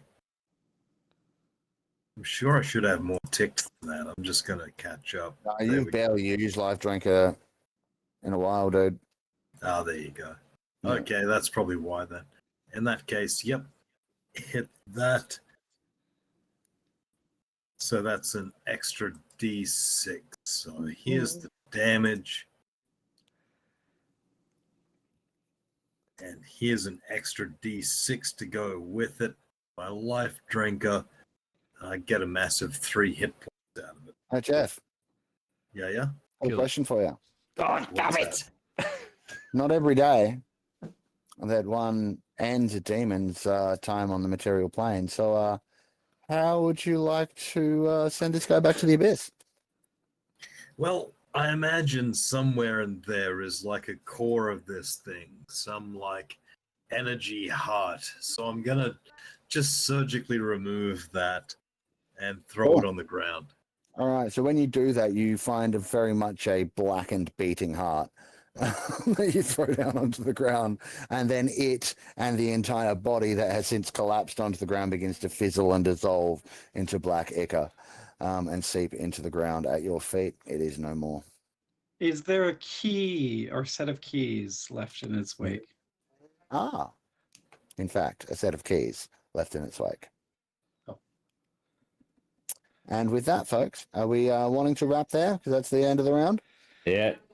Yep. Yep. With that, folks, Good thank you very much for session. joining us. I'd like to say a massive thank you to Tabletop Audio for the wonderful ambience we've had. Huge thank you to Fruit Bowl Dice for the amazing dices. And rolls, if you want to good go and rolls. get some of those, yeah, you've had some great ones. Go to fruitbowldice.com, use affiliate code Crit and Miss, and you get a fancy gift as well along with your order. Go get yourself some dices. I'd also like to thank Sven for being on the productions and doing all the fancy things to make the stream happen. Hey, look, we're seeing some Fruitball Dice on the screen now. Check them out. Go get some. And of course, I would like to thank my players for being wonderful and having amazing shenanigans to make this a really interesting fight. That was really good. Thanks, guys. Sorry about the whole dying thing, Jess. I know. But, It's great. You did go and hellish rebuke the guy that had a multi-attack coming up. So Yeah, well, I rolled a 1 on that wisdom saving throw. So, Yeah, you know, yeah. what am I supposed to do? yeah, well, that's exactly what you did. Yeah, fair. And of course, huge thank you to all of you, especially to everyone that rocks up every week, and to Lost Archives for rating, and just everyone that's here. You're all amazing. We love you. Thank you very much. Does anyone have anything they would like? Oh wait, Sevs, you have things. You got things. Chronicle Chaos is on at 8:30 tomorrow evening. The group has found themselves still in the Hall of Vanquish, and they've just released a Planetar in the Bowels of Hell, and there's some confusion of what they've required to release. And I think they're going to release everything, so let's see what happens tomorrow. Fuck yeah, that sounds awesome. All right, anyone else got anything? In the week after next, we've got the PAX convention in Melbourne. I'll be doing 2 panels there, as well as a panel the night before for Big Games Night Out. So if you find yourself in Victoria, if you're coming to PAX, come check out the panels. You're doing panels at PAX, and like Jess is doing like fancy ass fucking shit all the time, and like, am I playing D&D with a bunch of celebrities and I don't know it or something? What's going on? That's just what it's Yeah, like it's when you celebrity. don't live in fucking Townsville. So, while we are on the PAX train, obviously you're going to be buying your PAX tickets to go and see Kiran, but while you're there, I'm not going to be there, but Dungeons & Dragons Australia will be there, so you can go and play some one-shots with the awesome people, completely free, part of the ticket, absolutely incredible DMs there, so if you're already there, go play some D&D. Yeah. Hell yeah, Hell yeah. nice. Get So your very orders nice, in for very dice nice. from Fruitball Dice right now. You can take those with you. You can play the game Exactly. over there. And then you can watch the panel. Oh, man. What a day. Just show your dice to Kiran, and he'll inspect them and give you the nod of approval. Throw the dice at him. When you see him up on No, stage, yeah. throw dice at him. Sorry, died to Karen. It's the Yeah, it's the underwear of nerds. You know, people throw underwear like at celebrities. We throw dice. That's what we do. Yeah. The greatest compliment. Yeah. All right. Well, before we sign off, I also do have an exciting bit of an announcement-y thing. Ooh. So, have any of you guys heard of a band called the Tea Party? Oh, I have. Yeah. Yes. Yeah. So their songwriter, singer dude, Jeff Martin, he's doing a solo tour, and he's playing in Townsville on the 17th of October. And yours truly has been asked to open the show. So Nice. come down to the warehouse, get your tickets. If you're in Townsville, come and check it out. I'm pretty stoked because this dude's amazing. And I actually had a bit of a thing. I was in a band once that was all original stuff, and the singer who'd written the songs had worked with Geoff on the songs, and like he'd done a lot of the guitar parts, and they were all in these different tunings. And so I was asked to do it because I was literally the only guitarist in town they knew that used alternate tunings, and so it was like 13 songs or something, all of them in different, like completely different tunings. I had to figure out how to do it in like 3 because I only had 3 guitars. So that was a huge kind of like challenge. That was a big part of, you know, my development as a guitarist. So I'm super stoked to begin to open for him. So if you can, if you're in Townsville, please come on down. It's going to be really cool. It's at the warehouse. My first time on that stage because it's kind of new.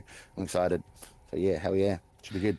Make sure you check That that is out. cool. Sure, people can find the details for that if they do the jagooglies. Yeah. So when That's you're the one. done, PAX, straight down to Townsville, or the other way around. I don't know what the dates are because I can't remember. But you know, Townsville's up. up, yeah, whatever it is. But you know what? You know what I do know the dates of? I know the dates of 2 things that are happening. That is, of course, next week we're going to be back with another episode of Vecna Eve of Ruin, as long as everything goes according to plan. That is on Tuesday night, 8:30 p.m. Australian Eastern Standard Time, right here. So if you want to find out what happens with the magic dice, then Now, you need just to. in case daylight savings happens between then, that is 8:30 Australian Eastern Standard Time. Because us here in Queensland don't change time. Yeah, it's the right time. You're here at the right time, at normal person So time. if you change into Australian Eastern Daylight Savings Time, you need to change that by an hour. You need to move. By whatever. We don't know. I don't know what freaking direction it goes. We don't do it anymore. You need to move somewhere I good. used to do it when I lived down south. But We start at past 9. okay. All right. So does that mean? All right. So Stop would it. it be No. beneficial? No. No, No. no. Okay. Never mind. Yeah. So we just might have to finish a little bit earlier than we used to. For a little while, but that's fine. that might be Yeah. something that we have to look at No for a while. earlier start, Sven? Daylight You saving Southerners time. just I have can't to make be it work. difficult. Maybe That's fine. we'll see how we go, but probably not. And of course we'll be here. Maybe not this Thursday actually, but definitely next week we'll be back with Beck and Blackest Night, which is our Curse of Strahd actual play. I DM'd that one, and the party have just arrived in Vallaki, which is pretty interesting. It's a town, it's sandboxy. They can do whatever they want. I'm sure they'll be respectful to the town citizens. Sure. Make sure you be respectful to each other. We'll see you again next week, everybody. Thanks for hanging out with us. Good night. Good night. Good night. Watch out for drop airs.